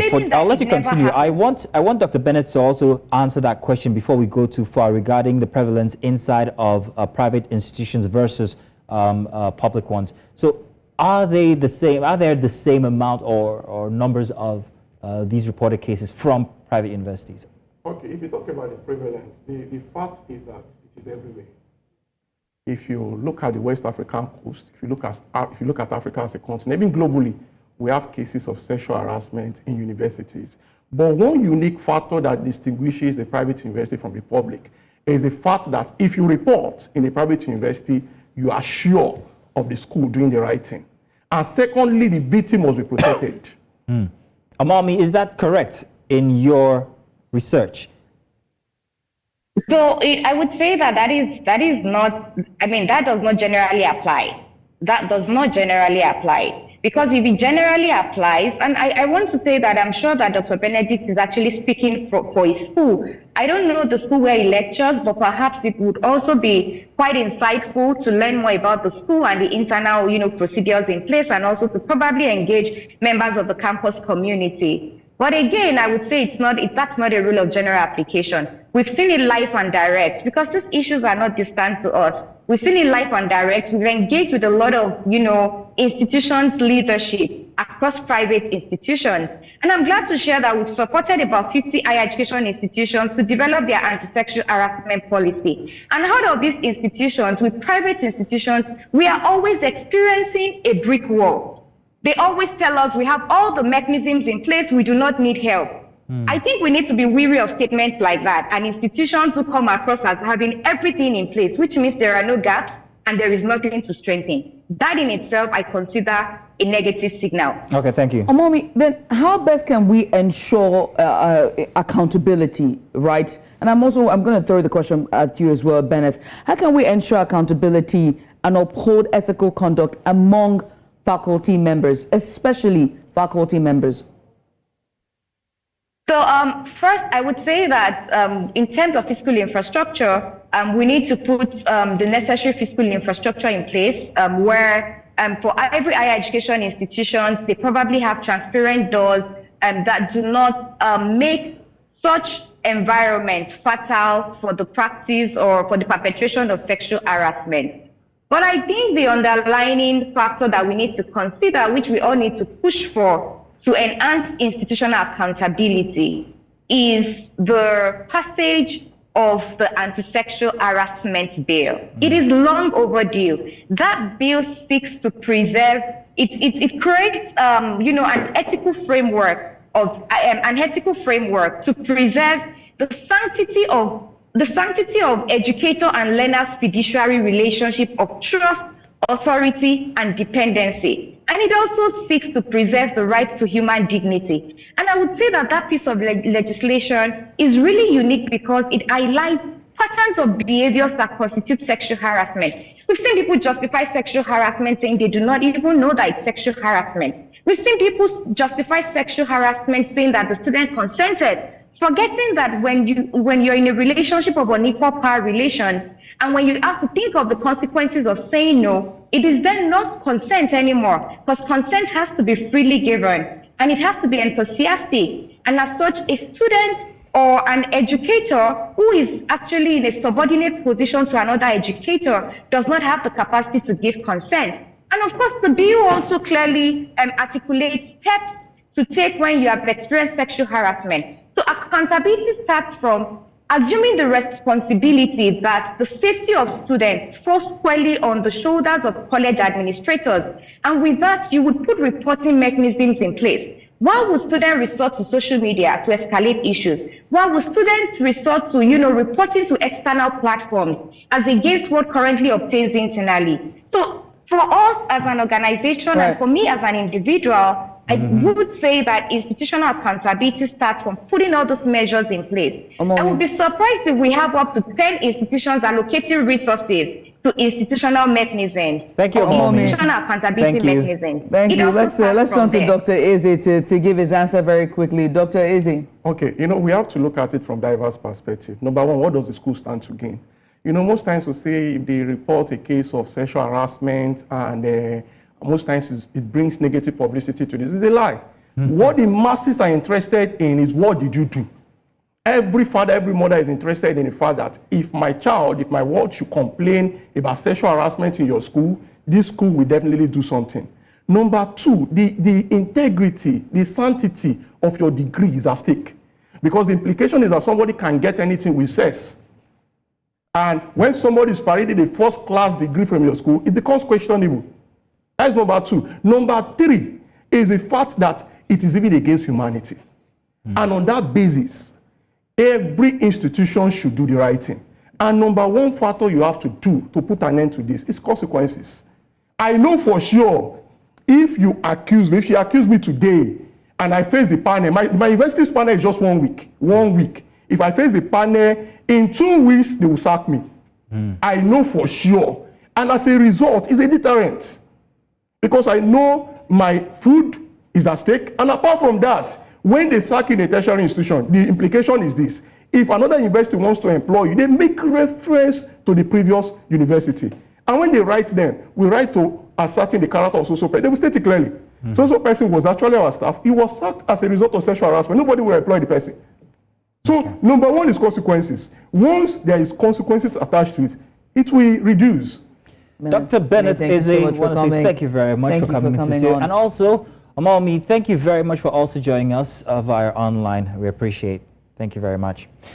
And now coming up, we've got sports coming your way, and Mr. Uduak is standing by. Udoka is standing by for us. How you doing, Udoka? I'm very well. Good morning, Mazino, and good morning to you, Judith ATB. See, and now you butcher my name as well. It's okay. Oh, wow.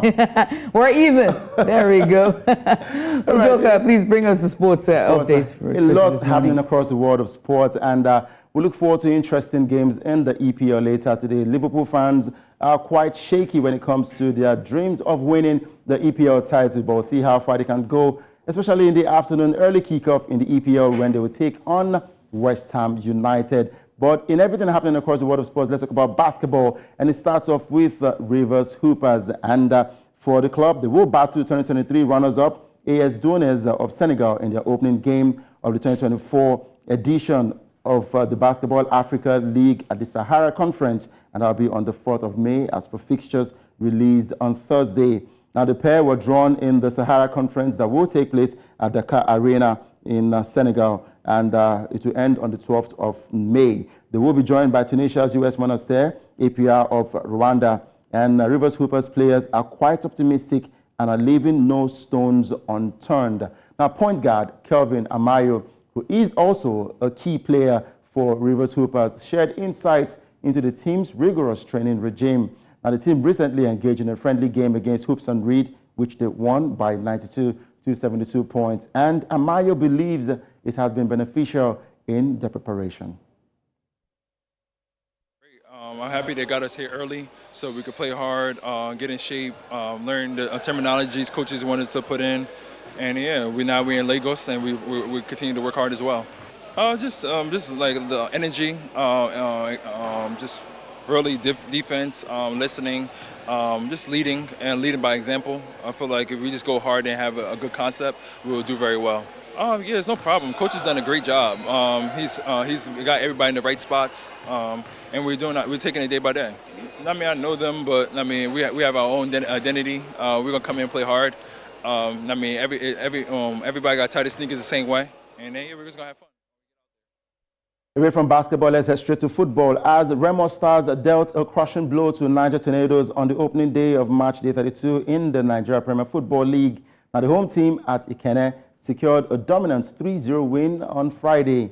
At the start of the match was striker Sikiru Alimi, who netted a brace, and he opened the scoring from the penalty spot in the 28th minute and followed quickly by scoring another goal just 3 minutes after he scored to double Remo's lead. Despite Niger Tornadoes' attempts to claw back into the game, their efforts proved futile. Now, Ahmed Akinyele cemented a 3-0 win for the hosts by adding a third goal in the 74th minute. And with that, Remo Stars are currently second on the Nigeria Premier Football League table, and they are still hoping that they can get to win the Nigeria Premier Football League title. Away from that one, I was still talking football. Tunisian giants Esperance reached the final of the CAF Champions League after beating Mamelodi Sundowns 1-0 in Pretoria, which is the second leg of the semi-final played in Pretoria on Friday night. Having achieved a 1-0 first leg win in Tunisia, the Blood and Gold displayed all the traits that have made them such a formidable force in the continent to repel the South Africans by the same scoreline in the return fixture in Pretoria. Now for the Sundowns, it was a case of so near yet so far, as they came agonizingly close to forcing the tie into extra time, with both Tembinkosi Lok and Thembazwane striking the woodwork in a second half attack. Now Esperance and their veteran coach Miguel Cardoso will now switch focus on the final, where they will get to face Egypt Premier League giants Al Ahly, who needed a late equalizer, late fight to defeat Mazembe to reach the final. And with that, let's go straight to the English Premier League, as Leicester City have sealed promotion to the Premier League after Leeds United suffered a heavy 4-0 defeat at the hands of Queen's Park Rangers at Loftus Road. Now, this result leaves Daniel Farke's Leeds side 4 points adrift of league leaders Leicester, with just one game remaining in the championship season. Now, the Foxes, who were relegated last year, are now on course to reach the remarkable tally of 100 points on their way back to the top flight of English football.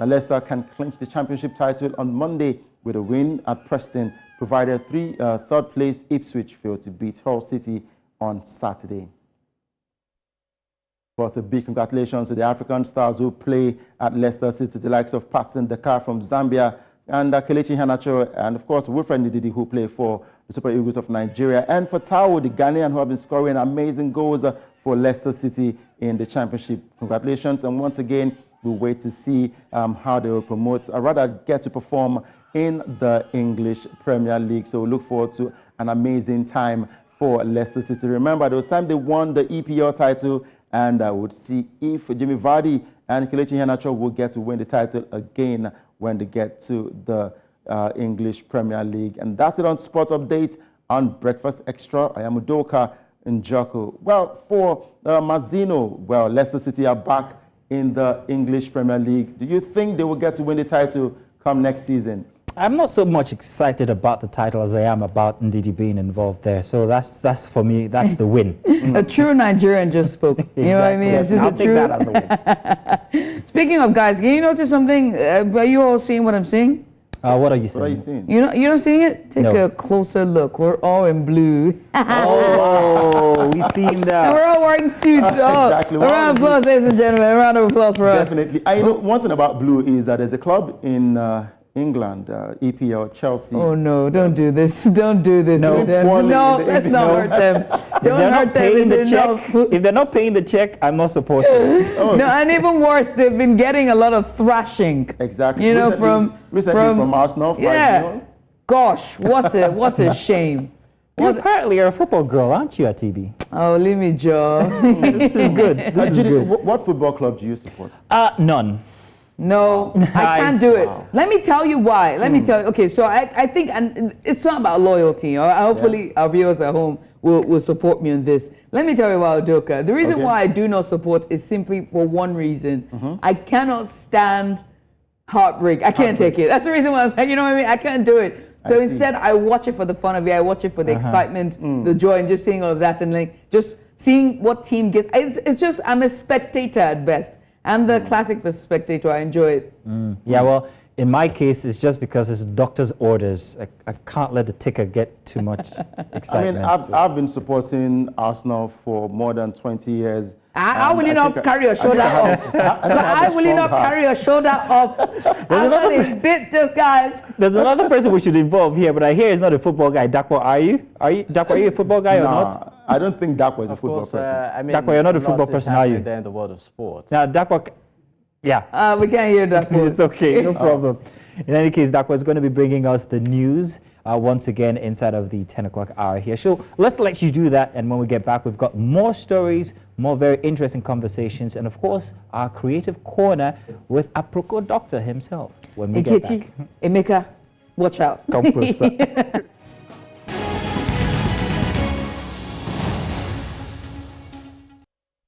Warm welcome once again to Breakfast Headlines. I am Dakbo Adigboye. President Bola Ahmed Tinubu is in Riyadh, the Saudi Arabian capital, to participate in the 2024 Special World Economic Forum on Global Collaboration, Growth, and Energy for Development. Over 1,000 leaders from business, government, and the academia from more than 90 countries are expected to attend the high-level forum in Riyadh, which is scheduled for Saturday and Sunday. Talks would center around actions taken since the inaugural Growth Summit held in Geneva, Switzerland in 2023. The former governor of Kogi State, Yahaya Bello, has clarified what he deemed misleading allegations surrounding the payment of school fees for his children. Recall that the controversy began on Tuesday when the chairman of the Economic and Financial Crimes Commission, Ola Olukoyede, alleged that Governor Bello withdrew funds from the Kogi State coffers to pay his children's school fees just before leaving office. In response to the accusations, the embattled former governor in a statement said he did not pay the sum of $720,000 as alleged by the Economic and Financial Crimes Commission boss, or $840,000 as is being bandied about on the internet. The statement also said the payment of fees was not effected around the time Bello was to leave the office, as claimed by Olukoyede, but commenced in 2021. The Nigeria Correctional Service has stepped up efforts to track down and recapture escaped inmates of the Suleja Medium Security Custodial Center, Niger State. Minister of Interior Olubunmi Tunji-Ojo said the government also would relocate some correctional centers to create better infrastructure and security. He made the pledge when he visited the Niger Custodial Center, where 119 inmates escaped following a rainstorm that damaged the facility on Wednesday. The minister also said it was imperative to relocate some of the correctional centers to a conducive environment. The Lagos State Environmental Protection Agency temporarily shut down at least 5 churches and 19 hotels over noise pollution between March 23rd and April 26th. Now, no fewer than 4 markets and shopping complexes were also shut down over noise pollution and other environmental infractions. A post shared by the State Commissioner for the Environment and Water Resources, Tokunbo Ohab, on his X account on Friday, said various establishments, including churches, bars, and hotels in areas like Ifako Ijayi, Abule Egba, Alagbado, Command, Abeson Estate, and Dokmemu were sealed due to noise pollution. Let's also tell you that people in Tanzania's capital, Dar es Salaam, say the situation was really scary after heavy rains linked to El Nino triggered flooding and landslides which killed at least 155 persons. Tanzania and other African countries in East Africa have been pounded by heavier than usual rainfall during the current rainy season, with several dozen deaths also reported in Kenya. Prime Minister Kashim Majaliwa said more than 200,000 persons have been affected by the disaster in Tanzania, with 155 fatalities and 236 people injured. The Rwandan government has hailed the UK's Parliament's passage of a new law allowing them to send undocumented migrants to the East African country for asylum processing. Alan Bernard, a deputy Rwandan government spokesperson, called it a satisfactory decision. Meanwhile, asylum seekers housed on an accommodation barge on the coast of southern England say they're afraid of being sent to Rwanda after a controversial proposal for deportation was approved. And that's all on the news at this time. Back to you, Judith and Mazina. Thank you very much, Dakwa. Good to have you on the news. Dakwa, we asked a question earlier. Okay. Do you know the question? We asked if you support any football team. What team do you support? Oh, wow. It's okay, don't be shy. Well, because you're also wearing blue as well. Okay, so this might be some sort of news flash. I'm not really a sports guy. Yeah, you said so. Congratulations. Thank you for breaking the norm. I don't do sports. Although I admire golf, in my mind, I trust think I'm you. a pro. You've always been that guy. Well, you have to be rich enough. Yeah, no, he's a rich. Yeah. But football, and I think it's the best, because the few times I tried watching football, I was the lousiest. So, yeah. So, I mean, I was like, this is not just good for me. I won't tell if you don't, but I'm also like you. But hey, go football. I mean, I would see why you like golf as well, because it really fits your personality. He's such a gentleman. Thank you very much, Dakwa. Dakwa, many thanks. All right, now, coming up after the break, we get to meet the one and only Aproko Doctor. We'll be back. Emeka and Nkechi, let's talk. In the flesh this time, we get to hear him say that. Welcome. In our Creative Corner this morning, our guest explores the intersection of medicine, health, and awareness, and also content creation. And it's none other. I mean, he has 2 million followers on his social media, on Instagram in particular, amassing over 2 million followers. He needs no introduction whatsoever. Ladies and gentlemen, put your hands together for the one, the only Aproko Doctor, ladies and gentlemen. And the crowd goes, ooh.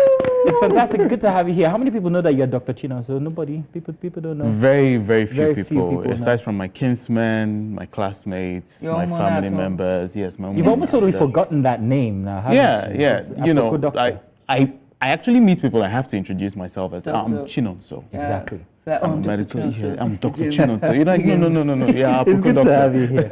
So thank you so much for coming on, by the way. On Creative Corner, we get to explore and talk with people who have very innovative ways of doing things. It could be art, it could be medicine. Who would have thought that on Creative Corner would be having a medical doctor join us? So you caught our eye. You've caught the eye of every single Nigerian with your very expert and interesting way of passing across what could be boring medical babble to very interesting, interactive, digest forms of material that people can digest and also take action to. That's very interesting. But where was the genesis? How did this start? Where did you find the marriage between media and medicine? How far back do you want me to go? The very beginning. The genesis. Okay, so I've always regarded myself as a creative person. Medicine was one of those things where you study because society expects you to study medicine. You know, science class, go study. But I loved stories. I loved books. I loved novels. And I went to study medicine. But I realized that I couldn't suppress the creative part of me, right? And so one thing bored me about medicine, and it was the fact that it felt routine.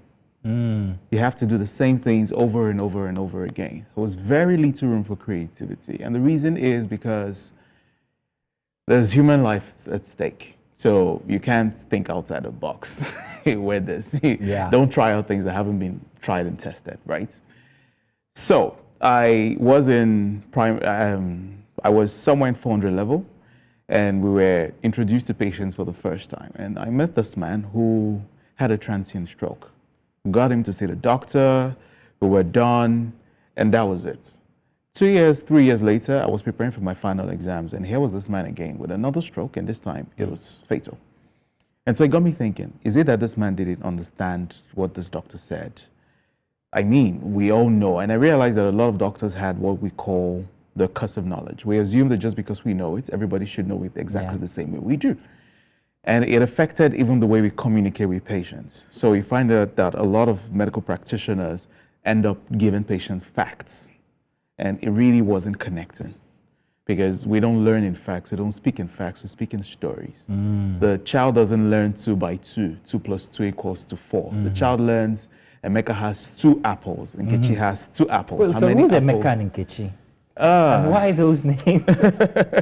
So, because we're on TV and I have to rate my LinkedIn CV, Emeka and Nkechi are basically relatable people that I use to make the story stick. That'll do. Because I could use Brian, for instance. No. But not relative. Yeah, what are people who saying to Brian now? I know. Thanks to millennial parents. I know, but with the bulk of the people on social media, especially at this point, Brian may not necessarily click. Like, so you have to pick. I know an Emeka, you know an Nkechi. Everybody does. You know a Femi, you know someone who bears one of those names, right? So it's easier for those stories to click. That's why they're there. But then, if you catch me somewhere else and you ask me who they are, I'll tell you that Emeka took my babe sometime, and her name was Nkechi, and this is my way to get back at them. Yeah, I get that. So right. Let's talk about your topics, right? Nigeria faces a myriad of issues when it comes to health-related issues. How are you able to sift through all of this, health-related, diseases and misinformation, and prioritize the topics and messages that you want to address efficiently and very effectively the way you do it? I'd say social listening. Like I said, so if you ask me to introduce myself, I'll tell you I'm a medical doctor who tells stories. But one way to tell stories is to first listen. And so we listen to see what people want to hear. What are the questions you're most worried about? What are the misconceptions that people parrot online? And because we find these stories, we're able to now create the stories in such a way that it will really get to the heart of the matter.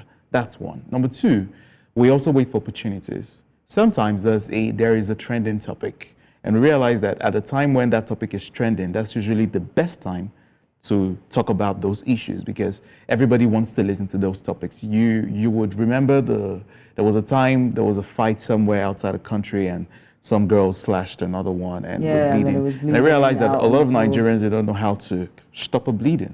Tourniquet. And that was the best time to come with something like that. So we listen a lot. My team and I will listen a lot, and then we, realize that, okay, this is the best time to go for this. We might also use health dates, even though I don't necessarily. Yes, health dates are also important, but many times after those health dates, you don't hear anything about those topics anymore. So we find a way to make sure that it's consistent over and over again. You keep saying we. So tell me about your team. Yes, isn't it just you? Is it just yourself? We see on. I love it, Apropos Doctor. In fact, you also have a platform team. AproposDoctor.com. So what's this team? Talk to me about your team. So now we have a team of about 10 people. It wasn't always like this.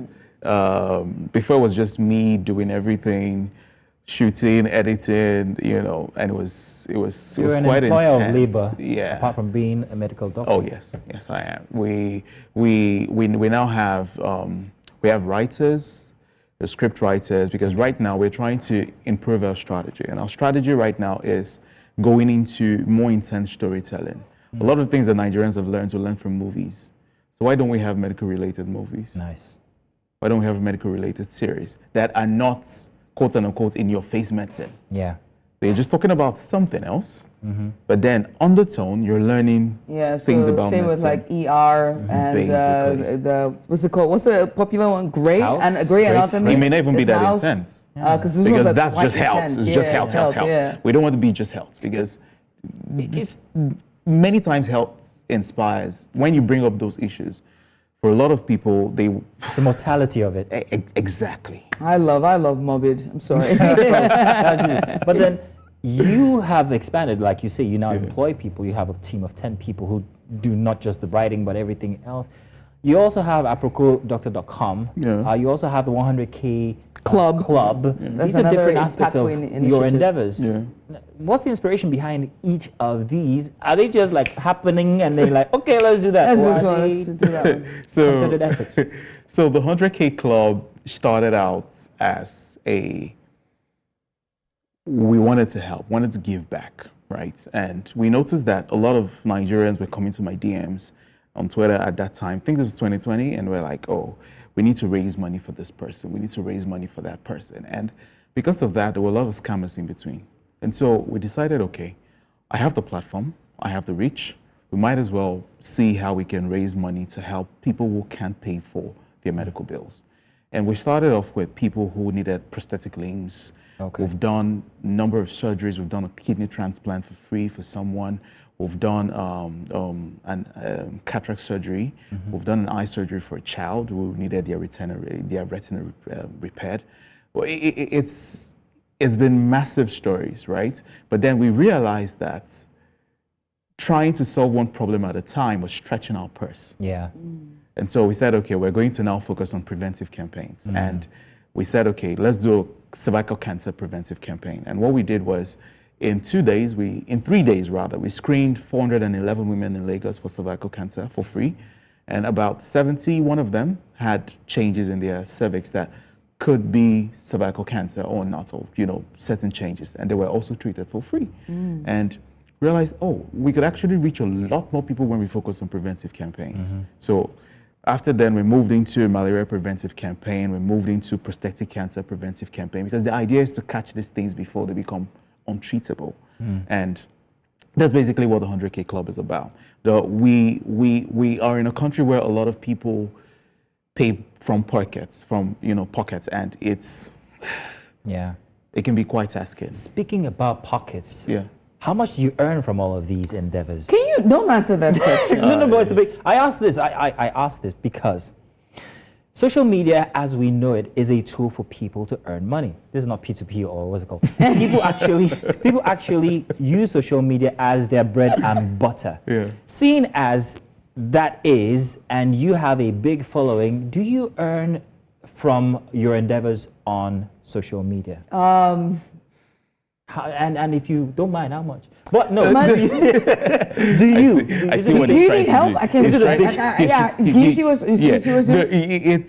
so what I would say is we have people who decide to support our cause, right? Because these videos would not have the quality they currently have if it were not supported by brands, right? They would not have the consistency they currently do if they were not supported by brands. And going forward, we hope to find a more sustainable approach to funding, because it's almost like a thankless job, right? I could focus on just making movies entirely for money and go to the cinemas and go watch it, but the movies are going to be released free of charge. Oh, yes. Interesting. And someone has why to that was a support good it. question? You asked how much do you make? How much money do you have? You said how much money do you have? How much money do you make? There's a sense of selfishlessness. You get what I mean? You're not selfish. It's your altruism. You're doing stuff for people. I think I like to think I am an altruistic person, which could be a blessing and a curse sometimes. A curse sometimes because it's looking like I really don't understand the business aspect of things, because someone just reaches out to me, they're like, you really should be making more money from your platform. And I'm like, don't put you under pressure. Speaking of platforms, what you do is telemedicine, right? And it's becoming increasingly important, especially in, underserved areas. You can talk about the north, deep down in the south. How do you envision Apico Doctor's role in advancement of telemedicine and as well as, improving access to healthcare across Nigeria? So basically, I see health habits as one determinant of healthy living, right? If we can change the habits, we can change the health outcomes.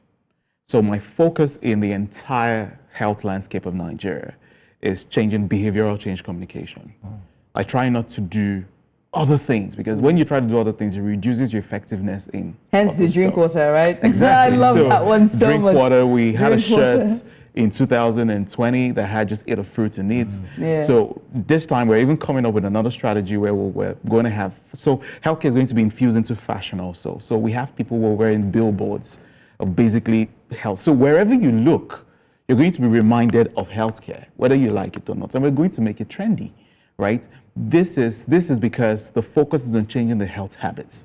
However, I want to believe that this is not just the only part. You also have policies, universal health care, for instance. When someone needs health care, they shouldn't go broke trying to access health care. And so advocacy comes into play, where we're going to appeal to the government, to appeal to the people in the corridors of power, to see how they can improve the chances of people getting health care, our dilapidated health structures, for instance. And that's even what the 100K Club was about. In last year alone, we installed a solar system unit in a major hospital in Surulere. And that was because the child intensive care unit of that hospital did not have consistent power supply. And so we installed a solar panel, the batteries that was generating power solely for that unit to improve the healthcare outcomes of that place, right? This is, telemedicine is important. However, I believe that if we can improve I don't like to jump the gun. Why telemedicine is important, we need to ensure that this healthcare service is accessible first of all. And so focusing on our primary healthcare center is also very important. Where I see telemedicine coming in is where you can have a doctor in Lagos, for instance, managing a case somewhere in Zamfara, especially in those rural areas where a lot of people don't have access to those quality doctors, which is understandable because there's really no incentive for those doctors to go there. When you were talking about, the shirts and drinking water, I have a suggestion I'd like to add. You know what it could be? No, what is it? 8 hours sleep. You know what I mean? Like, we don't sleep enough as a people, especially you and I, especially. Yeah, we have don't. to be here every Saturday and Sunday morning. We don't get the 8 hours that we're supposed to get. All right, so every day. Yeah, there are implications of that I'm going to ask. Yeah, because maybe that should be one of the suggestions I'd like to add to me on the show. Now, so you've been in movies, you've been in a Netflix movie about sickle cell. You're well known, you're out there, you're altruistic, like you say. In the future, all of this, is it going to come together to, let's say, perhaps maybe in a situation where you can lead people? And I'm talking about politics, do you think? Well, maybe not politics. Let's say Minister of Health, for instance. Do you think, are you too young to lead? How much money do you have? How much money are you making? My questions come like I'm going to be the Minister of Health. But you do get what I'm saying, because you have so much wealth in what you do. Now, imagine that in a place where it matters. Governance, for instance. Do you think you will find yourself there in the future? Because you've done everything. You've done telemedicine, social media, videos. Hear the man out. The first time exclusive here on News Central. Yes, I do. And one of the reasons also is because I don't like jumping the gun, right? I don't want to, let the young people lead. But I believe in letting young people lead with support? Credentials, for instance. So experience. Experience. What work have you done on the field? How well are you connected to the people? What is your knowledge of this field that you're trying to? So, because yes, if you're young and you just go in there with, the passion of being young, if you do not have the technical know-how, you're going to flop at what you're doing. So I believe that what I'm doing currently right now is exposing myself and challenging myself in order to get that technical know-how. And so you're well versed in both the people side of things, and then you now understand the government side of things. That way you're able to propose solutions that actually work, and not just, speaking from a bubble, because many times you have people who, yes, they have those technical ideas, but it's not really palpable with what's on the street. You should be giving classes on leadership. Desmond Elliott could take a few classes. Sorry. Oh, we're on television. Sorry. I'm just going to move on. Ask another question quickly. Judith. I forgot, doctor. I was going to ask. But honestly, I was going to ask you, besides, social influencing and everything else, do you also have to have a day job as well? Or is this full-time social media? Will I walk into a hospital and see I just Dr. see you with yes. I'm like, no, this guy is a TV guy. I want a real doctor. I don't especially know. Do you have a day job? Yeah, so I have a day job as the founder of the 100K Club. I have another day job as the founder of I'm a director of another initiative called Drink to School. And that initiative is helping children who are out of school and schools who cannot afford, we have schools that are dilapidated. And what we want to do is have your waste products, your plastic bottles, your fridges, so important. Not that kind of waste product, Judith. I see where you were going, but I get you. Yeah, so converting we all know you haven't taken number ones today. So converting those into money that can help those children stay in school. That's also my day job. I'm also one of the directors of the Greenbolt Studios, which is where I currently shoot my videos. Nice. And I'm also a medical doctor. The thing about doctors and the Nigerian perspective towards So you medical must be in doctors the is you field. must have a stethoscope around your neck. Yeah. I don't think you're a real doctor. we have different aspects of medicine. Mine is, public facing, and that's what I'm going to do. In January of 2023, you took to social media and shared your battle and your triumph. I like to think of it as a triumph over a brain tumor after your diagnosis in December 2022. Has that experience also influenced your perspective, on health advocacy and the message that you convey to your audience through your experience? Oh yeah, it did. It did. I think one of the things it did, it made me more empathetic. I can see the scar in your head. Yeah. Funny enough, before I came on the show today, I actually tweeted. I said, I'm so happy I have the scars that remind me how blessed I am to be alive, right? And I mean, we take for granted living. And it took coming close to that, to actually realizing that none of us are guaranteed time here. And so we have to keep doing what we're doing with as much intensity as we can, because tomorrow is not promised. That's one. Number two, it also gave me a perspective on how to let people tell their stories. I mean, it was a brain surgery. Why did I go ahead to tell it? I mean, I could have kept it and nobody would have known, if we're being serious. Yeah. Because the videos were just coming out and nobody had an idea that I was going through that. Right.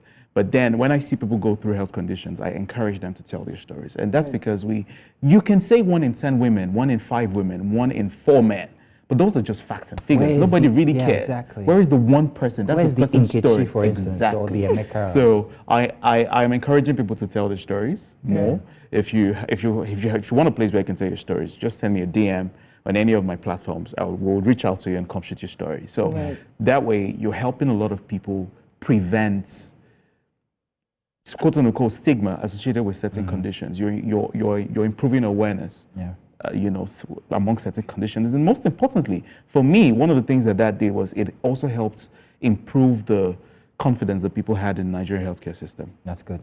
You made a statement when you announced it, and one of them was that it changed your perspective on health, especially that you could do everything right, you could do everything properly, you could, mark dots on your I's and cross on your T's, and this could still happen to you. Yeah.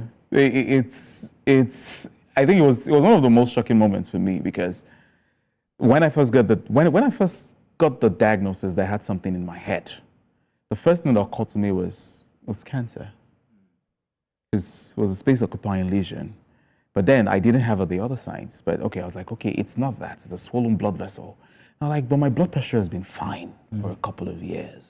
I mean, I was hypertensive once, but come on, that was years ago, not now. I don't smoke. I exercise. Why should this be happening to me? And I just realized that there are certain things that just happen. Yeah, indeed. And that was one of it. Craniopharyngioma was one of those things. You can't prevent it. Yeah. You also cannot predict it. It just happens. Dr. Chinonso, aka Aproko Doctor, it's fantastic having you here. First off, now I see that there is actually an Aproko Doctor persona, and that's not the person here today. No. This is your cream English. It's very this is good to have you on our cream. This is me. We love that you actually took the time to come join us and also pleasure. share your story as well. My pleasure. And we'll continue to celebrate you. Absolutely. Thank you. As you know, it's also put us into trouble as well, I would say. Don't worry. But again, many thanks to you for coming. I appreciate you, and we wish you all the best with aprocodoctor.com, as well as the 100K initiative as well. I look forward to the T-shirt with 8 hours sleep more. Sleep more, and so much more. You're watching Breakfast Extra right here on News Central TV. My name is Judith at TV. Of course, Mzino Peel is right here in the studio. And we're going to go on a short break. When we come back on this side, we turn our focus now to Africa, and this time Senegal. Stay with us. Don't go anywhere.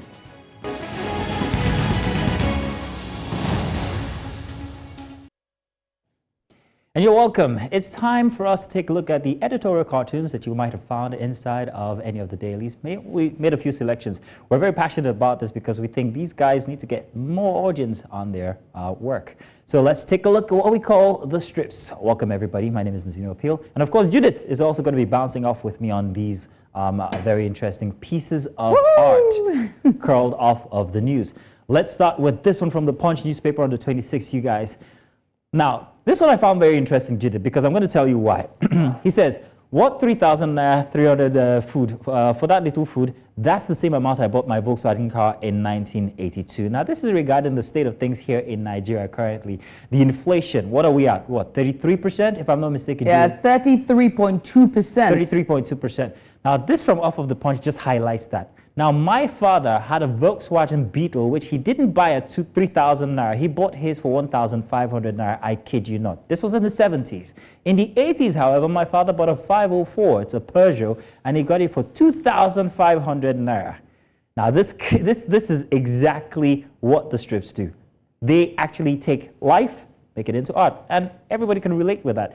We've got some more, but I don't know if you have some instances yourself, Judith, from how the inflation has hit you or anybody you know really hard. What is the one thing that kind of like makes it like, oh my goodness, we actually are in a bad situation? You know that the sausages that they sell in traffic? You can't mention the name. I can't mention the name, right? The red one, right? Those sausages in traffic, and you can get it in any store, and all the. I'm a big snacker. I'll definitely use that one. Listen, it used to be 20 naira, and then went to 50 naira. Stayed 50 naira for a while, became 100 naira. We took it 100 naira standard. Please tell me why it's 250 naira. You know the funny thing, when you unwrap it, there's no sausage inside. There's nothing inside, Rosino. I know, it's all a scam. It's a big scam. But that's one way to actually judge what the country or the situation is like, those sausages on the road. Oh my goodness, shrinkflation. Nice. Let's move on to our next one now this morning. I think we're going to be taking one from the Guardian newspaper from during the week. Very interesting this. And I read, I promise to hit the ground running. Now that's regarding re-election. With the billions he has captured so far, I hear he has 3 running mates waiting for him in 4 years' time: EFCC, ICPC, and Code of Conduct Bureau. Very true, very correct, very apt. Who do you think they are talking about, or they could be referring to, Judith? Anybody? Marco Polo? Rhymes with Bello? Bello.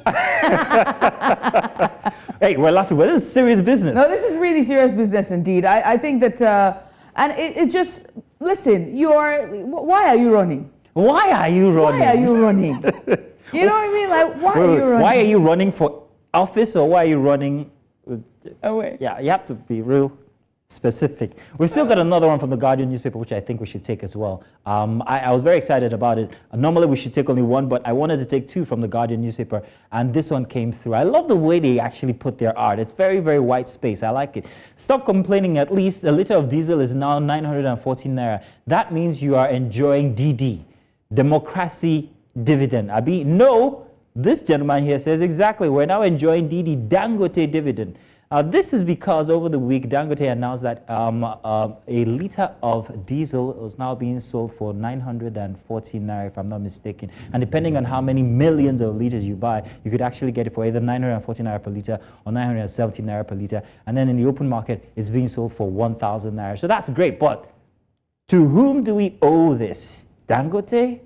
Democracy? The hat is very, very, very iconic of you know who, Mr. President himself. So exactly who is pushing or who is helping out the situation here? Dangote himself actually said he was trying to perhaps help the economic situation of Nigeria. That's why the prices were lowered.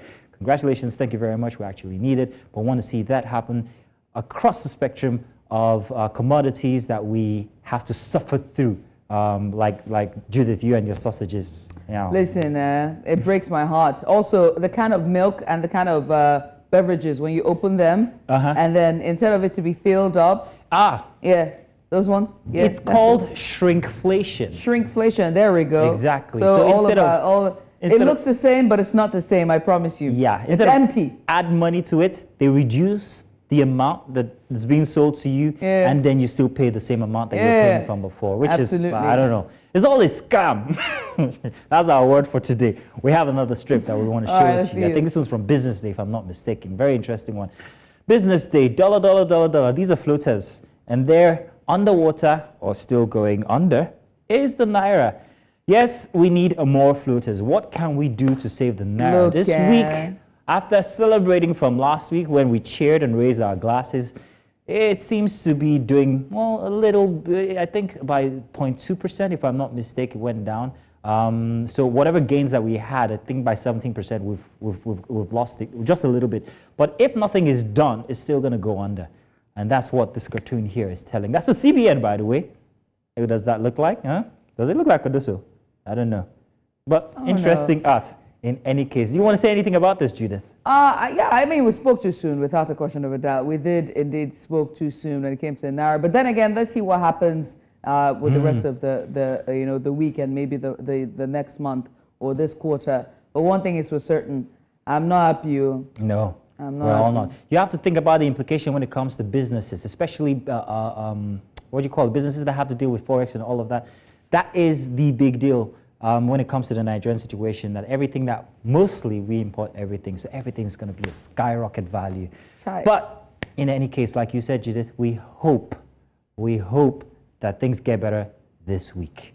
This week, Please, who we pray to, please. Because some person's about to pay, I don't know, school fees? Are you talking to me? Are you talking to me? We'll suffer through that when the time comes. Goodness, schools have yes, resumed, indeed. actually. But yes, thank you very much, Judith. Thank you very much, everybody out there, for sticking with us. You might find one or two of these strips during the week. You could always suggest to us that you want us to feature them on the show the next time, maybe on a Saturday, always on a Saturday. And we'll do that. You have our social media platforms. We are available as News Central TV across all the major platforms on social media. Thank you very much. We've got more coming your way just before the end of the show for a Saturday edition of Breakfast Extra. We'll be back.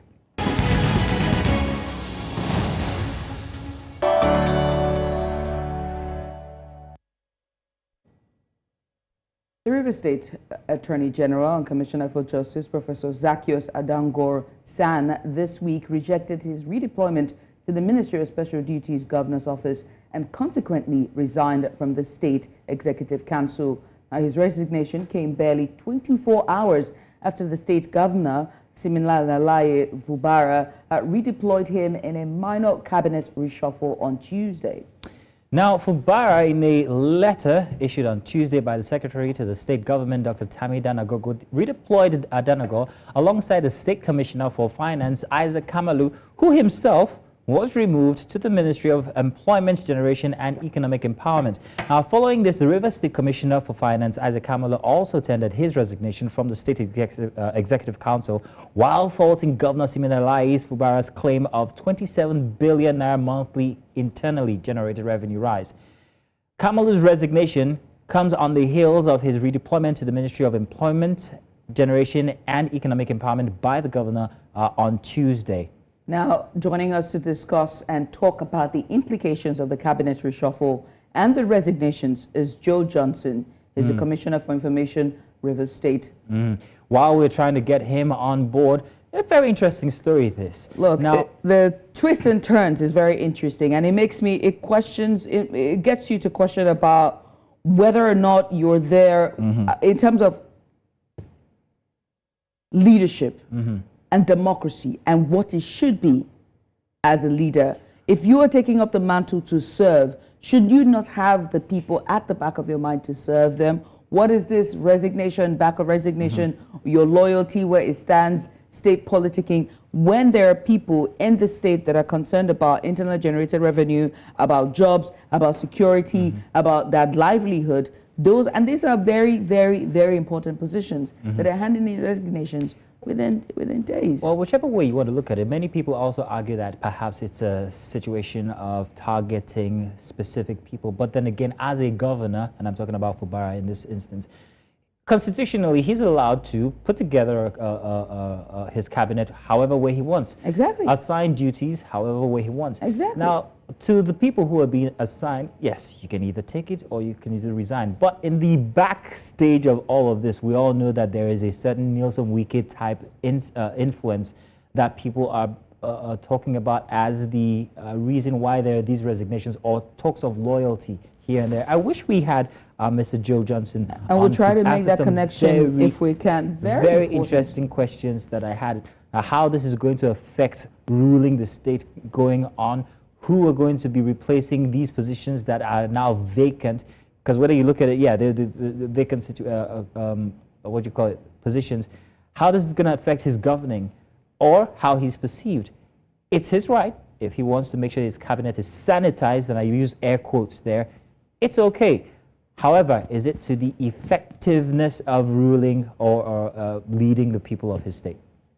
And honestly, I think, and also whether or not this move is needed at this juncture, because there's been a back and forth between the ex-governor and himself in terms of, you know, politicking and party politics and loyalty, and whether or not he should be paying certain, you know, some level of respect or some level of power control to Wike as well. So there's that needs to be had in terms of, should he be making this direction now? Should he have made it ever since in realigning his cabinet? Should he have done it anytime sooner? You know, and just making sure that his cabinet is tighter to rule the people and to govern the state. There is also the implication made by Professor Zakis Adango, talking about the governor, was it influencing or kind of like affecting his duties? So he interfering is the word, interfering his duties. So that's why one of the reasons why he has to put down his resignation.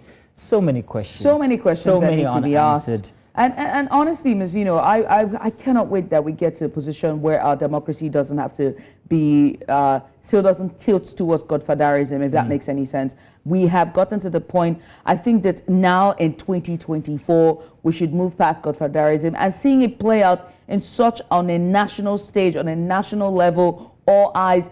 You have a quarter, it's the Federal Capital Territory. Can you focus on that and let the state government focus on that? And then the blatant disregard for the peace pact by the presidency for both the current and the past governor, it's very questionable. Do you not listen to your principal? They will argue that they're keeping to that pact in their own small ways. I also argue that I'm keeping to my pathway.